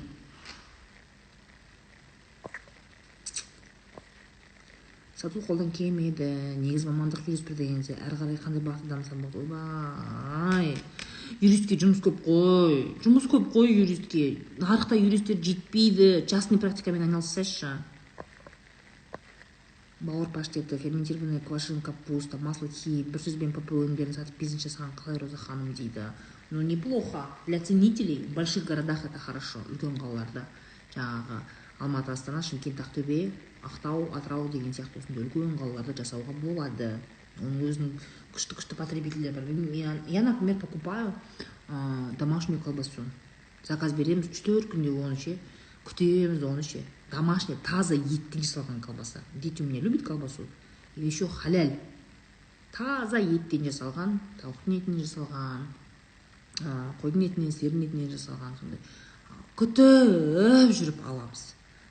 Көп қой, костный мозг алатындар бар, масло хи алатындар бар. Сапалы түрде істей алсаң, конечно, очень даже хорошо, но в большом городе. Мысалы, мен не сатып аламын еще? Кеше ма алдың күні ассистентім заказ беріпті, қамыр. Жайылған қамыр ше. Осының алдында бір жерден алған кезде, ондай көңілінен шықпады да. Ана упаковкасынан ашқан кезде, ана қамыр бар ғой, еріп тұрса да ана не қалып кетеді. Қытырлап сынып кетеді. Еріп тұрса да, андай равномерно ерімейді да, қытырлап сынып кетеді тұғын. И мен ол поставщиктен алмай қойдым. И кеше ассистентім тауып берді, құдай, қамыры деген қағаздай ғой шіркін, қағаздай, нежный ғой, жыртылмайды. Келесің үйде фарш дайын, овощтарды не істеп, алып сразу орама жасап, манталапқа қойып қоясың, пока манталапкада пісіп жатқан кезде үйде тірліктерін бітіресің. Рахат. Үлкен қалада өте мықты. А там видно, что тесто ол қамырды именно аппаратпен жайған көрініп тұр да. Енді қағаздай ғой шіркін. Битсең артынан күн көрінеді. Жұп-жұқа, но при этом жыртылмайды. И ерткен кезде тоже очень качественное тесто оказалось. Вот сондай сияқты сапасы жақсы болса, конечно. Алтын сату үшін қайдан закуп жасауға болады? Ну, не знаю. Это сложно очень. Енді в основном келеді, Россиядан келеді бізде. Түркиядан келеді. Италия дегеннің бәрі Түркиядан келеді ғой. Армениядан келеді. Неше түрлі жаңағыдай нелер. Пробасы нашар, паленка алтындар. Не знаю, надо смотреть. Қолөнермен айналсам, интерьерный картина салам, инста тикток арқылы сатам, қалай продажа көбейтсем болады. Нура. Бұндай тауарлардың өзі определенный өзінің бір шегі болады. Сосын ондай интерьерный товарды, мысалы үшін мен алсам, мен бір рет аламын да, одан кейін мен алмаймын. Понимаешь? Мен бір рет аламын, сосын сыйлыққа может бір рет аламын. Яғни, как это называется на английском? Такое слово есть. Recycling, не помню. Короче, клиенттің қайтып келу айналымы сенде қиын. Сенде қиын да, Нура. Поэтому саған не істеу керек, сен маркетингке өте көп сабақ көресің. Маркетингке, чтобы каждый раз находить нового клиента. Сенің бизнесіңде бір клиенттің айналып келуі, ол мұңда, ол проблема. Ол келмеуі мүмкін. Мысалы, сондай интерьердің несі, ыдыста сондай. Мына ыдыс қашан тозуы мүмкін, мен қашан қайтып келуі мүмкін. Міне бір шайнек алдым. Қашан мен қайтып келуім мүмкін? Бір 2 жылдан кейін ба келемін, Понятно же это? Поэтому осындай товарды сатқан кезде ты должна понимать, что у тебя определенный сенің күшің мен ақшаң маркетингке кетуі керек. Это постоянный поток новых клиентов. Понимаешь? А сенің тауарың неғұрлым тез қолданылатын болса, мысалы, расходный материал ретінде тез қолданылатын болса, естественно, айналым тезірек жүреді. Тебе, чтобы сатылымды көбейту үшін, естественно, нужно маркетинг увеличивать, новый поток людей увеличивать, какие-то коллаборации делать, может быть, да, новая аудиторияға шығу үшін. Бір ерекшелікпен, вау, барлық жерде примерно одни и те же картины, а сделай что-нибудь другое, чтобы все заказывали. Яғни, сенде қазір мынандай нәрсе. Бұрынғы клиенттеріне сен тек қана бір новинкамен ғана шыға аласың, и постоянно маркетингті усиливать етесің да, новый аудитория шақпасын. Сосын, одан бөлек можешь заняться обучением. Мастер-класстар жасап, қалай жасау керек екен, тоже хорошо. Обучениемен заниматься етсең, это тоже деньги. 4% автокредитование қашан ашылады білмейсіз бе дейді. Айына бір рет қой. Кім? Рахатулкім. Осы жазда машина аламын деп ойлап едім. 10% взнос құйып, предоплатасын көріп, желанием қашып кетті. Қалай выгодно машина алуға болады? Енді ол 4% автокредитованияның условиясын өзгертті ғой. Там, короче, өзінің бір условиялары өзгерді, не помню. Негізі 4% автокредитование мемлекетке вообще невыгодно ғой, поэтому они сделали ограничение, аз ғана не қылып жатыр. Ол вообще мемлекетке невыгодно кредит. Сондықтан да оның условиясы да точно білмейді екен. Точно білмеймін. Декретте с ребенком қандай бизнес ашуға болады, офлайн баламен алып жүре алатын? Ты знаешь, лучше займись ребенком. Сапалы түрде баламен айналысты, балаң садикке берді, сосын істе. Инвестиция шары, инвестициялар әртүрлі болады. Бастапқы, егер бұрында никогда инвестиция салып көрмеген болсаң, нужно начинать с чего-то малого. Акцияларға салу, более устойчивый, более непонятный, более официальный нәрседен бастау керек та. Бізде қазақтарға лучше акцияға дейін де лучше начинать недвижимосттан. Бізде қазақтарға ең өтетін тема ол жаңағыдай BI групптан, базистан, котлованнан квартира қоясың да, ол өсетті, сосын сатып жібересің деген сияқты. Вот это вот недвижимость бойынша инвестиция қазақтарға күшті өтеді. Соған әбден ойнап аласың. Шара түсіндің ба? Ойнап сол жерде ас боласың ғой, квартираларды сатып. Уже қолыңда ақша айналып, қолыңда ақша жана бастаған кезде уже акцияларға өтуге болады. Жаңағыдай венчурный инвестицияларға өтуге болады, менікі сияқты, понимаешь? Лучше қазақтарға начинать үйден, недвижимосттан бастаған дұрыс. Как бы я вот это рекомендую, зато нервың өзіңде қалады, Шара, понимаешь? Ты не будешь нервничать, тревогаң болмайды, сенімді боласың, әйтеуір ше. Лучше так. Бизнеспен айналысайын ба, либо курс оқып, наращивание массаларды жасап жұмыс жасайын ба деп ше. Ну, тәтем айтады, біреудің тырнағын кірпігін шұқып отпай, ол ертең қалады, лучше госслужба дейді. Үлкен кісілер сөйтіп айтады ғой. Ойбай өлтірмейді. Кір, сол мемлекеттік қызметке кір, ертең сені өлтірмейді, нанын тауып береді деп ше. Сөйтіп үлкендер қорқыта береді да. Сонда сен тек қана нан табу үшін, өлмеу үшін ғана өмір сүресің ба? Енді жаңағы наращивание бірдеңе деген нәрседе сұмдық көп ақша болмасында сен хотя бы кәсіп өзің үшін, мысалы өзіңнің әрекетің арқылы андай кәсіпкерлікті үйренесің да. Ең бастысы сен кәсіпкерлікті үйренесің. Госслужбада кәсіпкерлікті үйренбейсің. Госслужбада сен андай 8 сағат отырасың, қашан күн бітеді деп, сосын айдың соңын күтесің, айлық күтесің, болды, соны ғана үйренесің. Басқа ештеңе үйренбейсің жақта. Госзакуп тендер не рекомендую. Уақытша болмаса өмір бақилық бизнес емес ол. Қызметтің бағасын қалай көтеруге болады? Бухгалтерия саласындамын, өзімді арзан бағалап жүрмін. Маржан. Ерекшелендір қызметіңді. Қызметіңнің бағасын көтеру үшін өзіңнің эксперттілігіңді жақсылап көрсету керексің. Өзіңнің парақшаңда правильно оформленный, профессиональная страница, өзіңнің кейстарыңды до и после деген сияқты. Осындай нелер жүргізгеннен кейін осындай болды деп өзіңнің жұмысыңды жақсы көрсете алсаң парақшаңда, бағаңды көтере аласың. Сосын бағаны көтеру үшін сенде клиенттерден отбой болмау керек та. Көп очередьте тұру керек қой сенде. Датаво андай маржан, ойбай, осыны маржан шешпесе ешкім шеше алмайды деген сондай сен маман болу керексің да. Сол кезде сен спокойно баға көтеріп қойып отыра бересің. А так өзің артынан жылап жүріп іздеп жүрген кредитің жаңағы клиенттерің болатын болса, не деп көтересің оларға? Спрос повышает цену. SMM продюсермін, менторлық сату ойда бар. Қанша уақыт продюсерсің? Қанша уақыт? Өзім, мысалы, ментор, наставник деген кім? Ол өте үлкен тәжірибесі бар маман. Ол отты да көрген, суды да көрген, ол әртүрлі саланы көрген. Негізі менторство, наставничествоны ерте баста я не рекомендую. Не рекомендую вам продавать. Клиенттерің ертең сенің неуверенный екенін көрсе, айтады сосын жадыра саған. Мына өзі топас қой, дым білмейді, қалай маған менторство сатып жатыр деп ертең сенің қалаңды ішеді. Асықпаңдар менторство сатуға, асықпаңдар. Понимаете? Лучше мастер-классы продавайте. Мастер-класстар, практикумдар, сондайлар сатыңдар да. Менторство деген нәрсені прям адам көбейіп сұрап, ойбай жадыра, сенсіз никак десе, сол кезде сатылым ашып біреу екеу көруге болады. А так я не рекомендую. өздерің жап-жас мына мұрынбоқтар мына жерге қатпағандай жап-жас специалисттер мен тартып сатқан кезде мен я просто поражаюсь. Это какие клиенты дают им свои деньги. Опыт жоқ қой.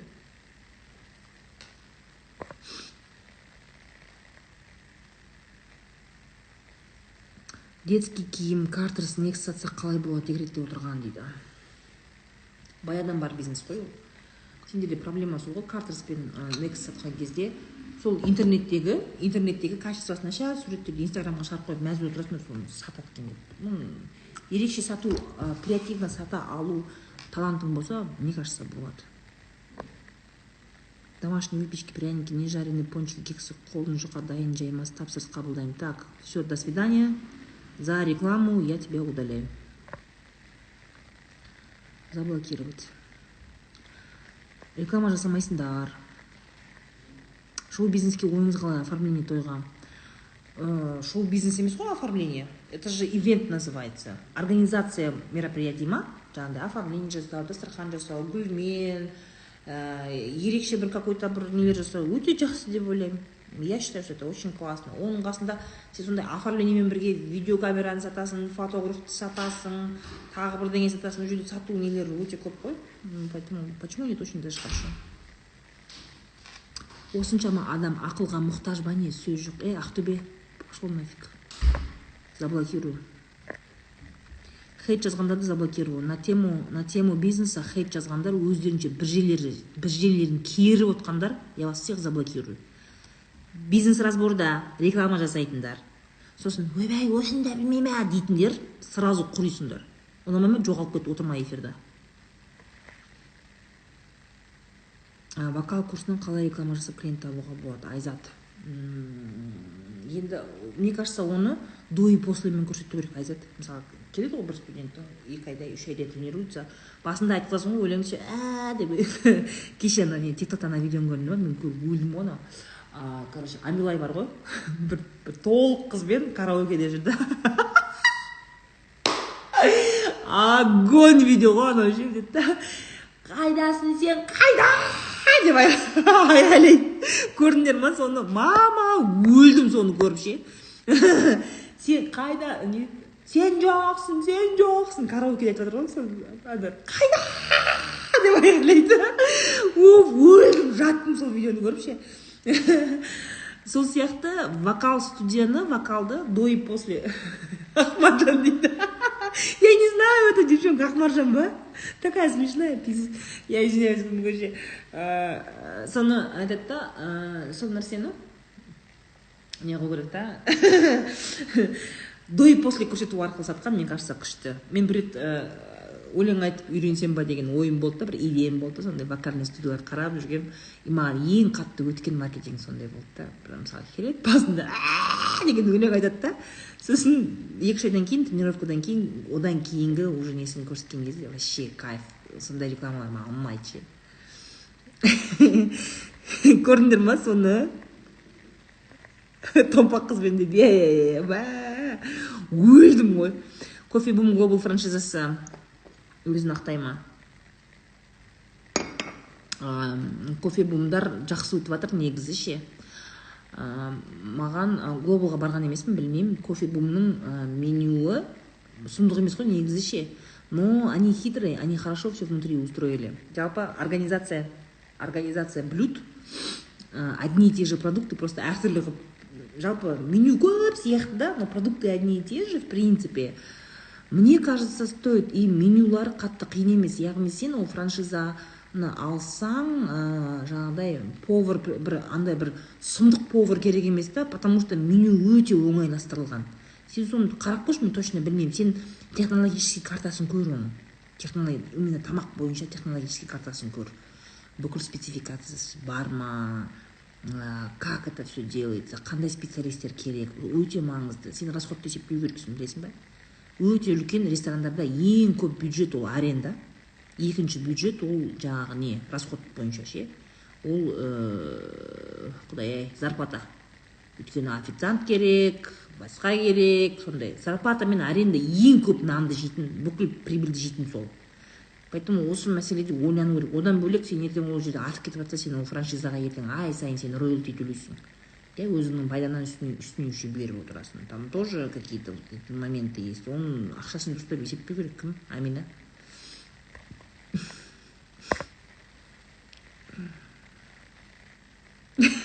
Аминаның өзі қорқып кетті ғой. Айтпашы. Ана тұр қалған ғой ше. Деп ше. Ойбай, өлдім ғой. Я ржала, не могу. Крем сатуда не? Крем сатуда мен түсінбеймін. Что там? Просто нужно красиво показывать. Әдемі қылып көрсету керек. Сосын клиенттердің үйіне алып жайған суреттерін обязательно алдыр. Сен кішкене клиенттеріне скидка жаса да, сәл-пәл 5-10 мың теңге скидка жаса да. 5-10 мың теңге деген көп па? Я не знаю, я ковры не покупал. Кішкене скидка жасайсың да, бірақ в обмен на видео үйіне барып төсеген кезде бүйтіп өзің бар орында. Сен өзің түсіріп бере салыңызшы десең, оғанда бір есіктің глазогымен түсіре ма, әйтеуір мутный қылып қисық қылып береді. Ондайды сен көрсете алмайсың ғой. Өзің айфонмен барасың квартирасына, доставка жасап бересің ғой.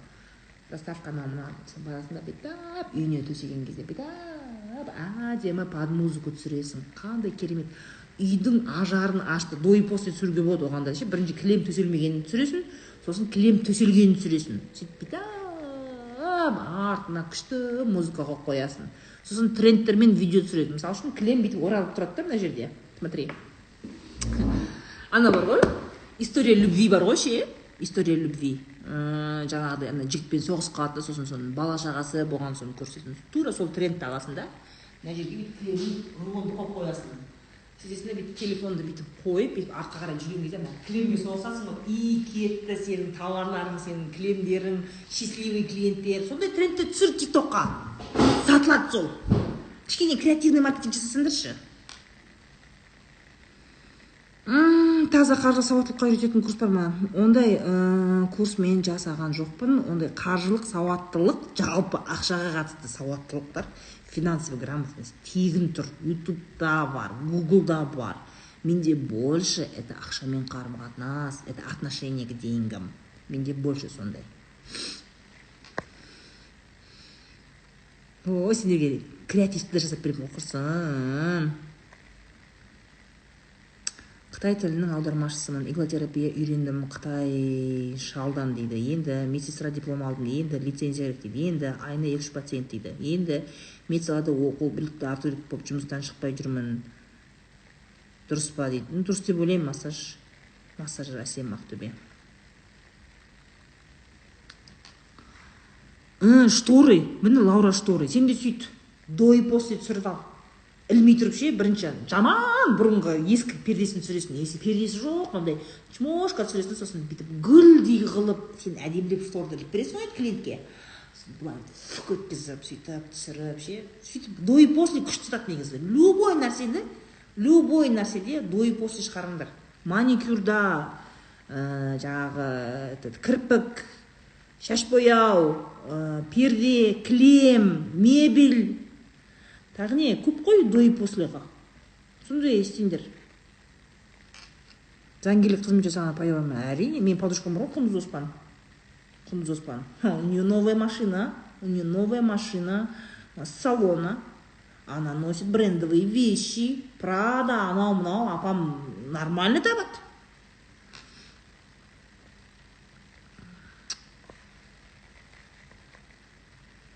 Алматыда 1 миллионға қандай бизнес ашамайсың 1 миллионға жаным? Не знаю. Біз достарымызды доспен бизнес бастама. Кім? Брайт бокс Шымкент, доспен бастама. Ертең қырыласыңдар. Ақшаның темасы ол оңай тема емес. Ертең достан айырыласың.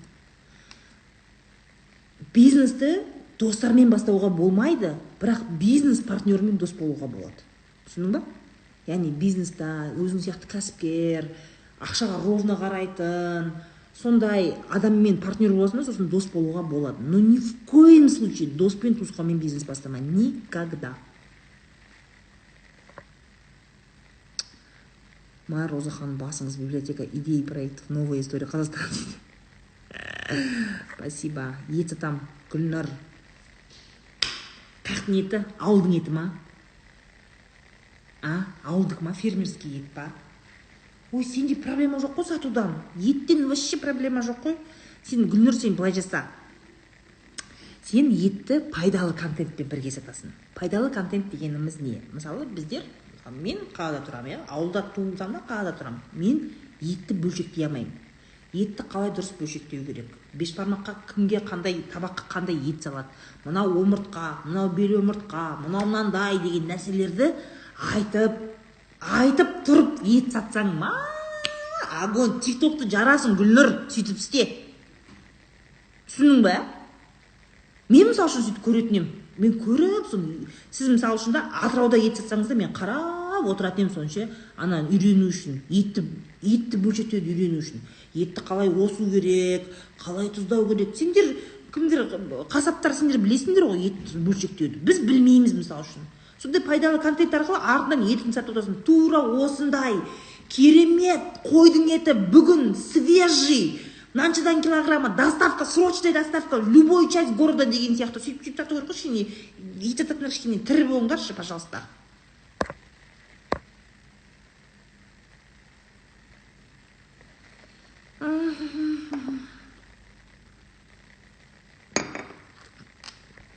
Хозяюшка Алматыдан ашу стоит по локацияға байланысты. Черный тмин Байкалардан күшті қалай сатса болады? Колл-центр бар сататын дейді. Көп қой черный тмин. Өте көп. Білмеймін, какой уникальный маркетинг жасауға болады, я не знаю. Черный тминді сендер пихаттап ішкізіп, оны ішуге болмайтын адамдар да бар ғой, негізі, білесің ба?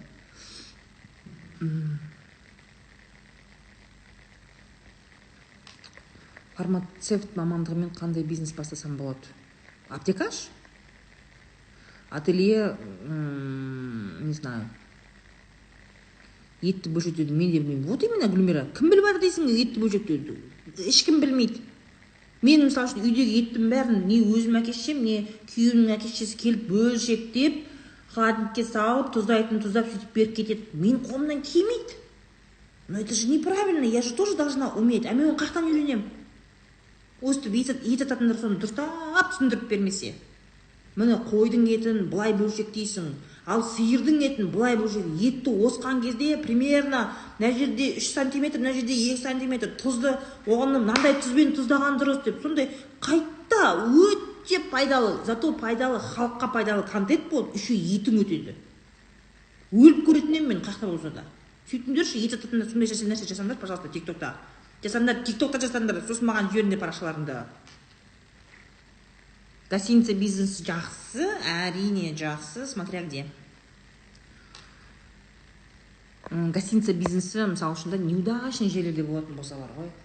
Только по часовой келеді. Мен гостиница ашсам, халал ашатын ем. Кәдімгідей әйел мен күйеуі келсе, чтобы показали, неке туралы куәлігін көрсетіп барып келетінде, еркек пен әйел келген кезде ше. Мен сондай отель ашатын ем, ашсам, сондай халал ашатын ем.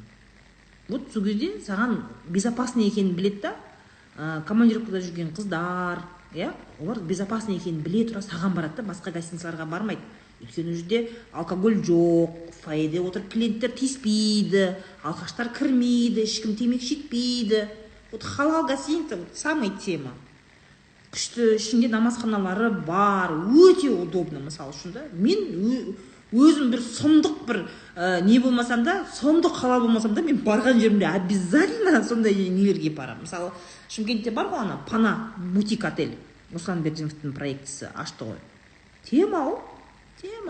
Барасың, сенімді. Сен сенімдісің. Алқаштар кірмейді ояға, ішпағандар кіргізбейді. Қыздармен по часовойға бармайсың. Только суткамен снимать етесің. Жарты суткаға бір сағатпен қызымен кіріп шығайын деген сияқты темаға істемейсің да. Ашасың ба, халалға баш.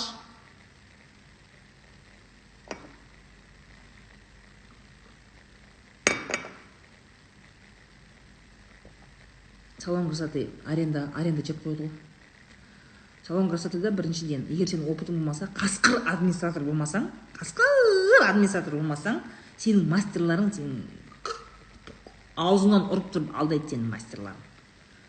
Ол жерде аренда жеп қояды сосын. салонный бизнес всегда, сенің салонный бизнесің адамдарға байланысты, сенің мастерлеріңе байланысты. Сенің ана мастерің бір күні ырбиып ауырып қалса, бір күні күйеуі тиіп кетсе, бір күні тағы бірдеңе болса, соның клиенттерден айырылып отырасың. Яғни ол бизнес біріншіден мына жерде тұратын бірінші проблема ол аренда, и мына жерде тұратын екінші проблема адамдардың жаңағыдай біреуі қисық, біреуі қыңыр, біреуі екіқабат шықпай қалады, сосын клиенттерден айырылып отырасың сол. Артынан қайсысының артынан қуарыңды білмей. Клиент кимейді, сосын өмір барсаң мастері жоқ деген сияқты. Поэтому салонный бизнесте опыт керек. Салонный бизнесті ашудың алдында я рекомендую, девчонки, ол үшін басқа салонға, жақсы успешный салонға администратор болып тұрыңдар. Әбден пісіңдер, көріңдер, үйреніңдер, сосын барып өздеріңдікін ашыңдар. Үйрену үшін надан прям жоқ дегенде 2 жыл жұмыс істеп көру керексің. Мобилографтар жерде қалмайды деп ойлаймын. Үйрен. Кондитер білмейді екен. Алматыда клиник өлмейсің ғой, аяу. Үйрене алмайтындар отырмыз ғой. Но клиниктардың бір проблемасы, бір ашылады, нормально істеп кетеді, жауап жасайды. Тоже проблема. Ол да адамға байланысты ғой. Шықпай қалады, квартирада бір бәле сындырып қояды, оны төлейсің деген сияқты. Рисктар да бар, надо иметь в виду.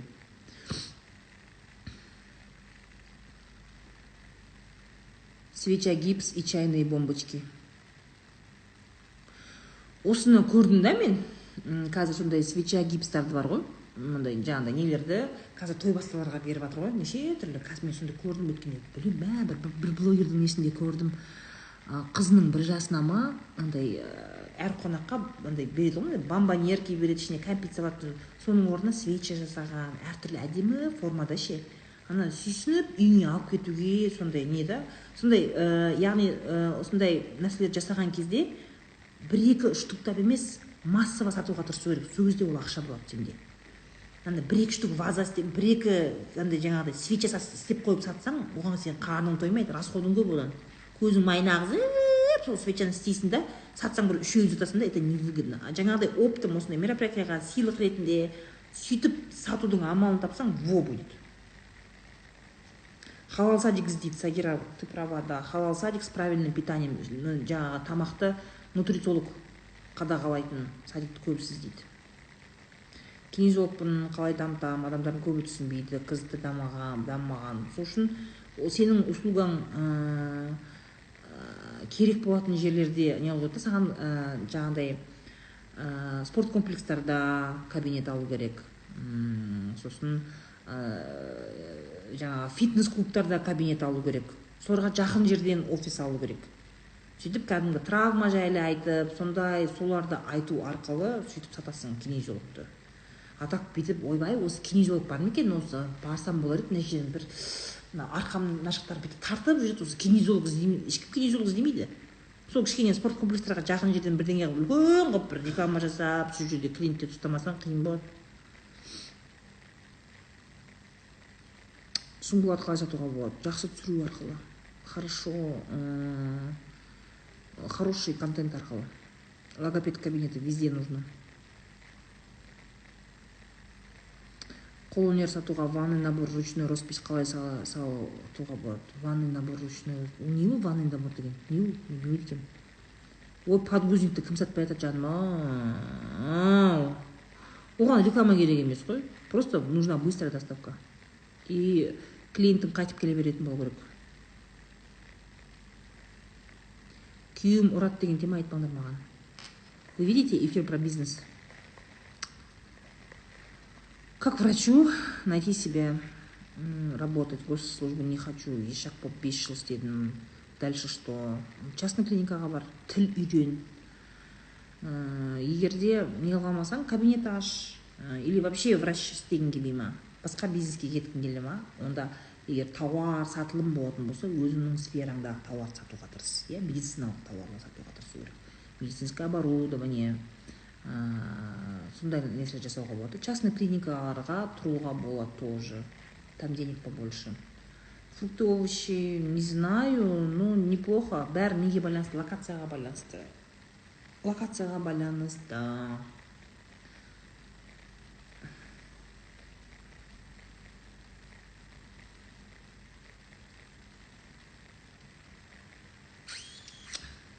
Кафе дейді.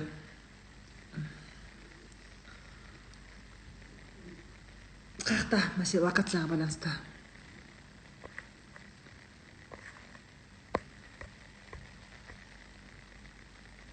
Қытайдан тауар алып қалай сатуға болады? Көп қой. Қытаймен бизнестер толып жатыр ғой. Тойға шақыру сайттарын жасап сатса қалай болады дейді. Көрдім. Тоже креатив керек. Ол жерде постоянно креатив керек. Новинкілер, әдемі, сондай. Көп қой тиктокта жүр ғой. Постоянно ол жерде, видишь, креативить надо. Скучным нельзя быть. Балабақшаны как можно продвигать? Боташ. Балабақша керек нәрсе. Просто бала шағасы көп жерде жасаған дұрыс. Сосын все зависит от того, сен қай қаладансың біріншіден. Егер Алматыда болсаң, Алматыда мамочки есть разные.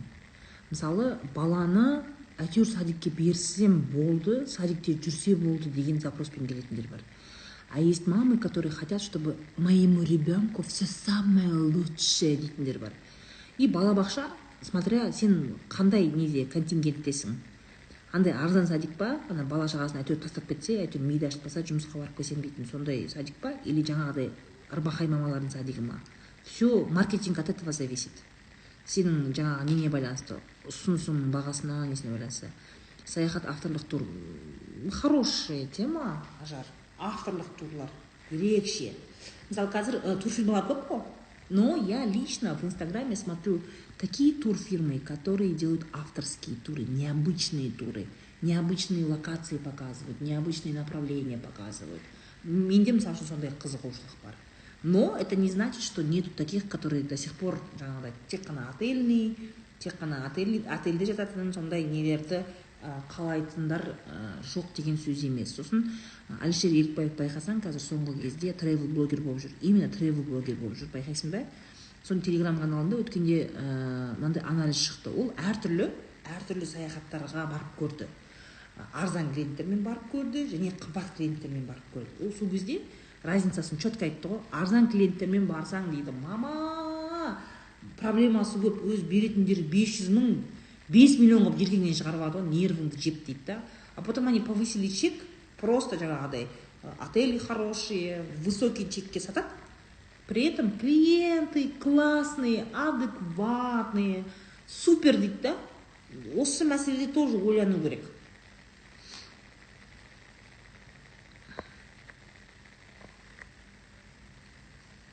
Косметология оқыдым, бірақ конкурент көп бастауға қорқып жүрмін. Сіз неге мән бересіз косметологияда?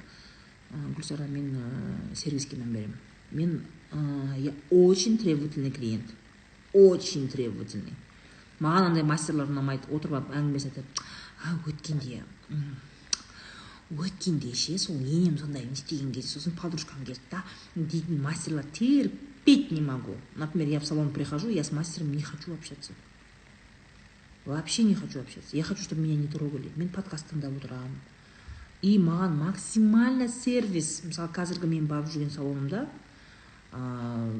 чай, там чай, кофе, что деп жүгіріп жүреді, маған уақытысында жазады, маған напоминать етеді. Сервис просто высочайший уровень. Басыңды жуған кезде әр шашыңды сипалап, маман көрсетпеген махаббатты сол мастерлар көрсетеді. При этом они должны молчать. Понимаешь? Мен сондай требовательный клиент. Косметологияда то же самое. Косметологияда они прямо маған бүйтіп дайындап қояды. Мысалы, ұзақ процедура болатын болса, бір 3-4 сағат уақытын кететін процедура болатын болса, мен келген кезде олар менің шайым ортасында жаңағыдай пауза жасап, бірдеңе перекус, закуска бірдеңе жеп алып, қарның аш қамасын деп, соның бәрін продумают. Полностью халатик, шашымды жинау. Мен ана жерде вообще нервничать етпеуім керек. Я вот такой требовательный клиент, понимаешь? И мен сондай нелерге мән беремін. Яғни сервиске өте қатты мән беремін. Для меня это очень важно.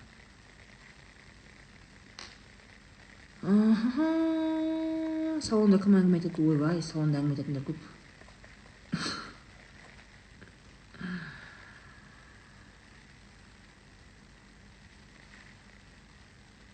Розахан физикпін, физический процестерді наглядно көрсетіп, ЗД сабақтар, 3D сабақтар жасауды ойлап жүрмін. ютубқа қазақ аудиториясына что думаете?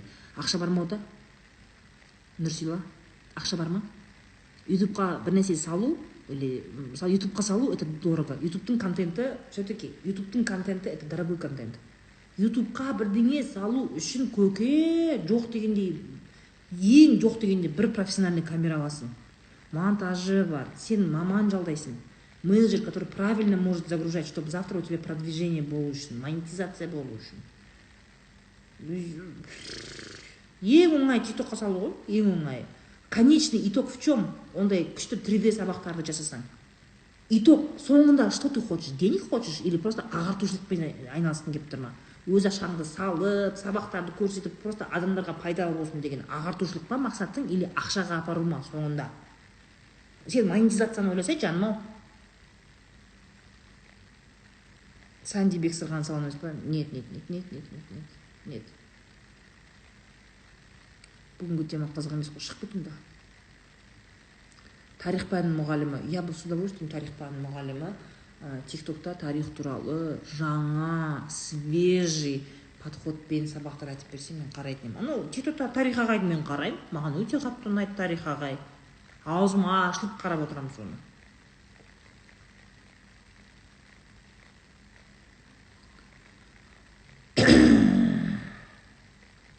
Мен тек ақша хочу дейді.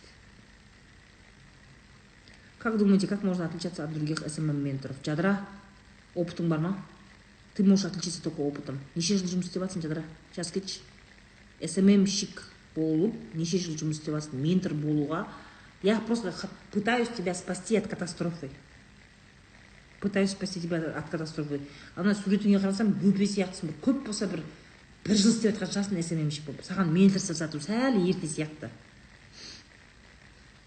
Наставник экспертов, жаңа идея беріңізші. Наставник экспертов, наставник должен работать на свое имя, на свою экспертность всегда. Өзінің эксперттігіне жұмыс істеу керек. Мысалы, да, допустим, почему у меня постоянно просят менторство, наставничество, менде орын жоқ. У меня постоянно просят. Почему? Потому что видно, я вот сижу в прямом эфире, разбираю ваши бизнесы, да? Тура сол сияқты, да? Ол сен наставник болатын болсаң, басқаларға түсіндіріп жатқаның емес, бізде ана ментор наставниктердің әдеті ғой. Сендер білесің ба, не саласыңдар? Сендер рилстар сала бересіңдер, стористер сала бересіңдер, ана басқаларға сабақ оқытып жатқанда. Одан не құндылық, мен одан не түсінуім керек ол жерде. Мақұл сен басқаларға сабақ беріп жатыр. И что? Где я увижу? О чем ты говоришь? Я? Мен коммуникация тілдерін айтамын, стратегияны айтамын, маркетингті айтамын, креативті айтамын. Мені отырып айтып жатырмын, вы мне верите, я говорю реальные вещи. Понимаешь? И маған, мысалы үшін, қазір мен наставничествоға алам 5 адам десем, қазір очередке тұрады. Да? Наставник, он должен показывать свою экспертность, он должен сам учиться постоянно. Постоянно учиться.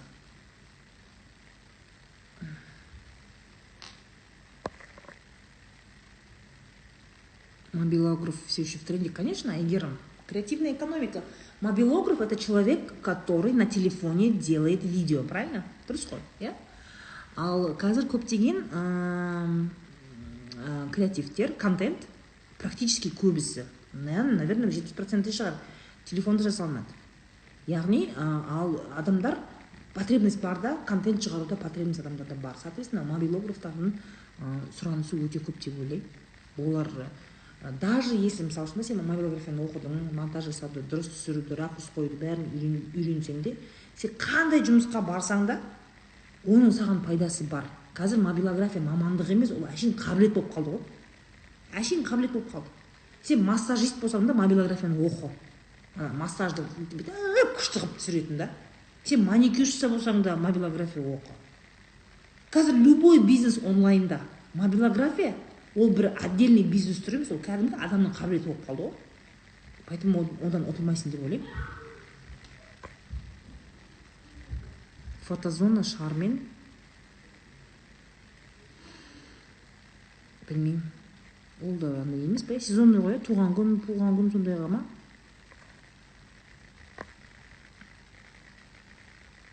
Так. Кафеде жылқы ұстап салмал сату, семейный халал баня бизнес жасайын деп жатырмыз. Қандай кеңес бересіз? Локация Астана 15 км жерде, Илинка деген жерде. Күшті бизнес қой, Зейнеп. тема ғой. Просто тиктокта көрсет әдемі жерді, адресті жазып қой, локацияны ше, машинамен қалай бару керек екенін. Анау не бар ғой, визит центр шарын бар ғой, визит центр шарын, визит центр аюсай, солардың инстаграмына кірсең, олар қалай бару керек екенін машинаға отырып жолда бүйтіп көрсеткен. Тура сол сияқты жолды көріп, бірінші ең бастысы инстаграмыңда адрес, қалай бару керек екенін тұру керек, прайс тұру керек и услугалар тұру керек. Бірінші мына хайлайтста ше, түсіндің ба, Зейнеп? Сөйтесің де адрес тұру керек, сосын жаңағыдай не бар, иә, мысалы құрт, май, ет, сол жерде свежий тоқаш деген сияқты да. Ол күшті ғой, маған ұнайды. Мына жерде мына не бар бізде, біз мама папалармен барамыз. Құдай, боза атымды қалдым, неважно, кәдімгі жылқының, ана малдың боғының иісі шығып тұрады кәдімгідей. Біз енді бәріміз қазақпыз ғой, малдың иісін иіскесек, ой, ностальгия ұстаймыз. Біз барамыз, барып киіз үйде отырасың, қуырдақ, там сірне алып келеді, қымыз ішіп, жаңадан қуырылған тоқашты жеп, шынды бизнес. Конечно, шыбыны көп қасында. Но ничего, бізге бәрі ұнайды. Классно. Осыны тиктокта көрсете алу керек. Тикток очень классно локациямен продвигать етеді. Жаңағыдай әдемі киіз үй. Мобилографияны оқып ал сен де, Зейнеп. Түсіндің бе? Мобилографияны оқып ал. Сосын жаңағыдай бүйтіп қымызды бүйтіп қиып атқандарыңды, ана қазанда жаңағы қуырдақпен сірнеп бәрін шығар тиктокқа. Өліп бүкіл Астана барады.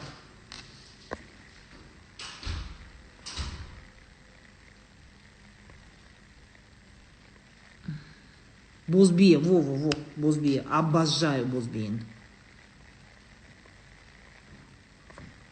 Андай жылқының боғы сасып тұрады.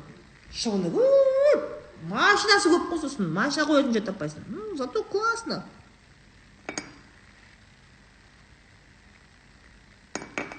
Ой, ауызашар бермей-ақ, былай кезде толы. Самалды былай сатасың, қымызды былай сатасың. Түсінің қоя, Зейнеп, мобилография оқып ал. Инстаграмды дұрыс оформить ет. Бозбиенің инстаграмына кірсең бір қарның ашады ғой, бірақ просто адамдар уже біледі да, Бозбиеге бара береді просто ше. Инстаграмды почти ештеңе жоқ қой. Сосын кім, Зейнеп, сен бір жақсы домбыра тататын біреуді отырғызып қой. Ол деген страшно киіз үй, жылқының иісі, қымыз, бауырсақ и домбыра. Отырғызып қой, сменмен шықсын домбырашылар. Ой деген ше. Тема болады, Зейнеп, сол сенің фишкаң болады, сөйтіп істе. Менің советіммен ашқан бизнестеріңді шақырыңдар мені, барам сосын.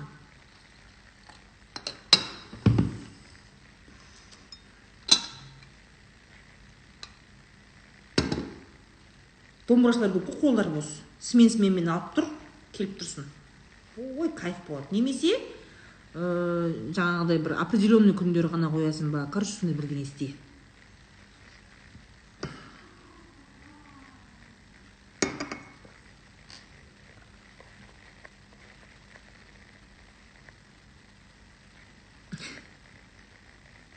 Жеке мектеп ашу қорқытып жүрмін. Ойбай, ақшаң көп па?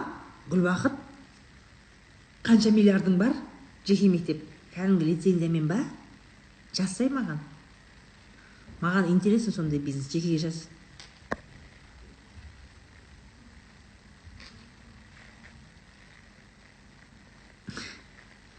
Пиццерия. Пеші қандай оның пиццерияның? Андай не, кәдімгідей ақша құртып, кәдімгі пицца пісіретін, пицца на дровах пісіретін сондай қымбат итальянский пеш алайын деп жатсың ба? Или андай өтірік анау көшеде андай үшбұрышты самса сататын, андай не қолдан істелген пештер бар ғой, сондай пеш қоясың ба пицца бизнесіне? Это большая разница. Қалаға байланысты, локацияға байланысты.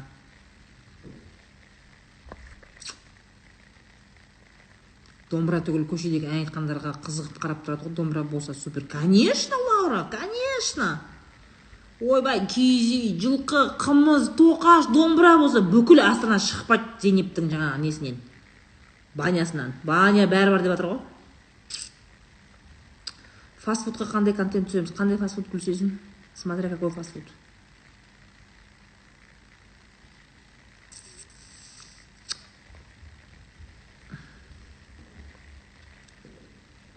Стилистпін, күшті идеялар келіп жатыр. Молодец, Гүлару. Роза ханым бөдене бизнесін қалай пайдаланып кетті? Бөдене деген әйгерім? Ол кәдімгі бизнес па? Сен ресторандар мен магазиндермен жұмыс істемейсің ба? Мен мысалы үшін бөдененің етін есентай көрмейді аламын. Жұмыртқасын тоже. Бөдене бизнес деген кәдімгі... Ол кәдімгі ферма ма сонда? Бөденелер ма? Прикольно, да? Ол туралы вообще ойламаппын.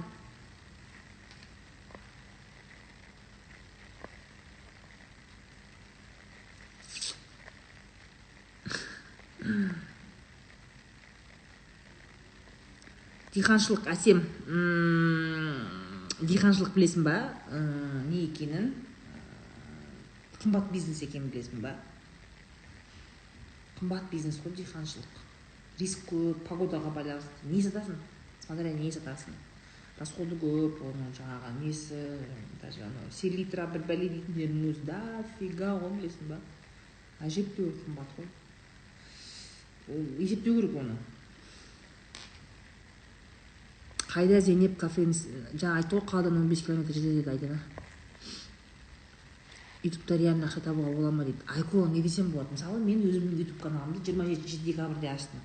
2022 жылы. Міне 6 ай болды ма? 12 мың подписчик келді ма?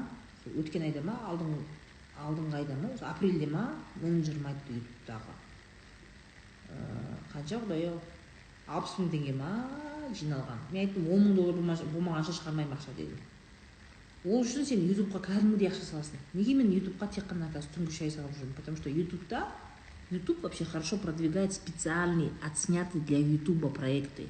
Жақсы камерамен, монтажбен, он менеджерді ұстап отырасың. Это дорогой проект, дорогой бизнес. И ол айналып сен просмотр жинап, одан ақша түсем дегенше ты можешь выгореть. Ағылшын тілі мұғалім қандай бизнес кеңес бересің? Ағылшын тілін үйрену шығар, басқа не болады? Мен сұрақ қойып шашадым дейді. Қандай сұрақ? Ұйқым келді, сізді қимай тұрмын. 2 минуттан кейін өзі эфир бітеді қазір. Бір жерде үстін бөдене харам деген. Ойла, сондай ма не? Қой айналайын, харам емес. Қой бермеңдерші.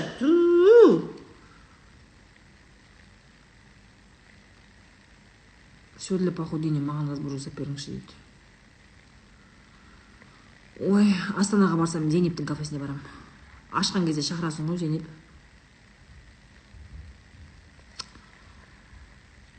Швейный бизнес. Там конкуренция большая. Қытаймен бизнесті үйреніп, серіктес болуға 5 миллион сауат еді. Не дейді Қытай? Детская студия танцами үлкен масштабқа шығалам ба? Нет, это сложно масштабируемый бизнес. Сізде бар ма бизнес бар? Менде инфобизнес бар, плюс маркетинговый агентством бар.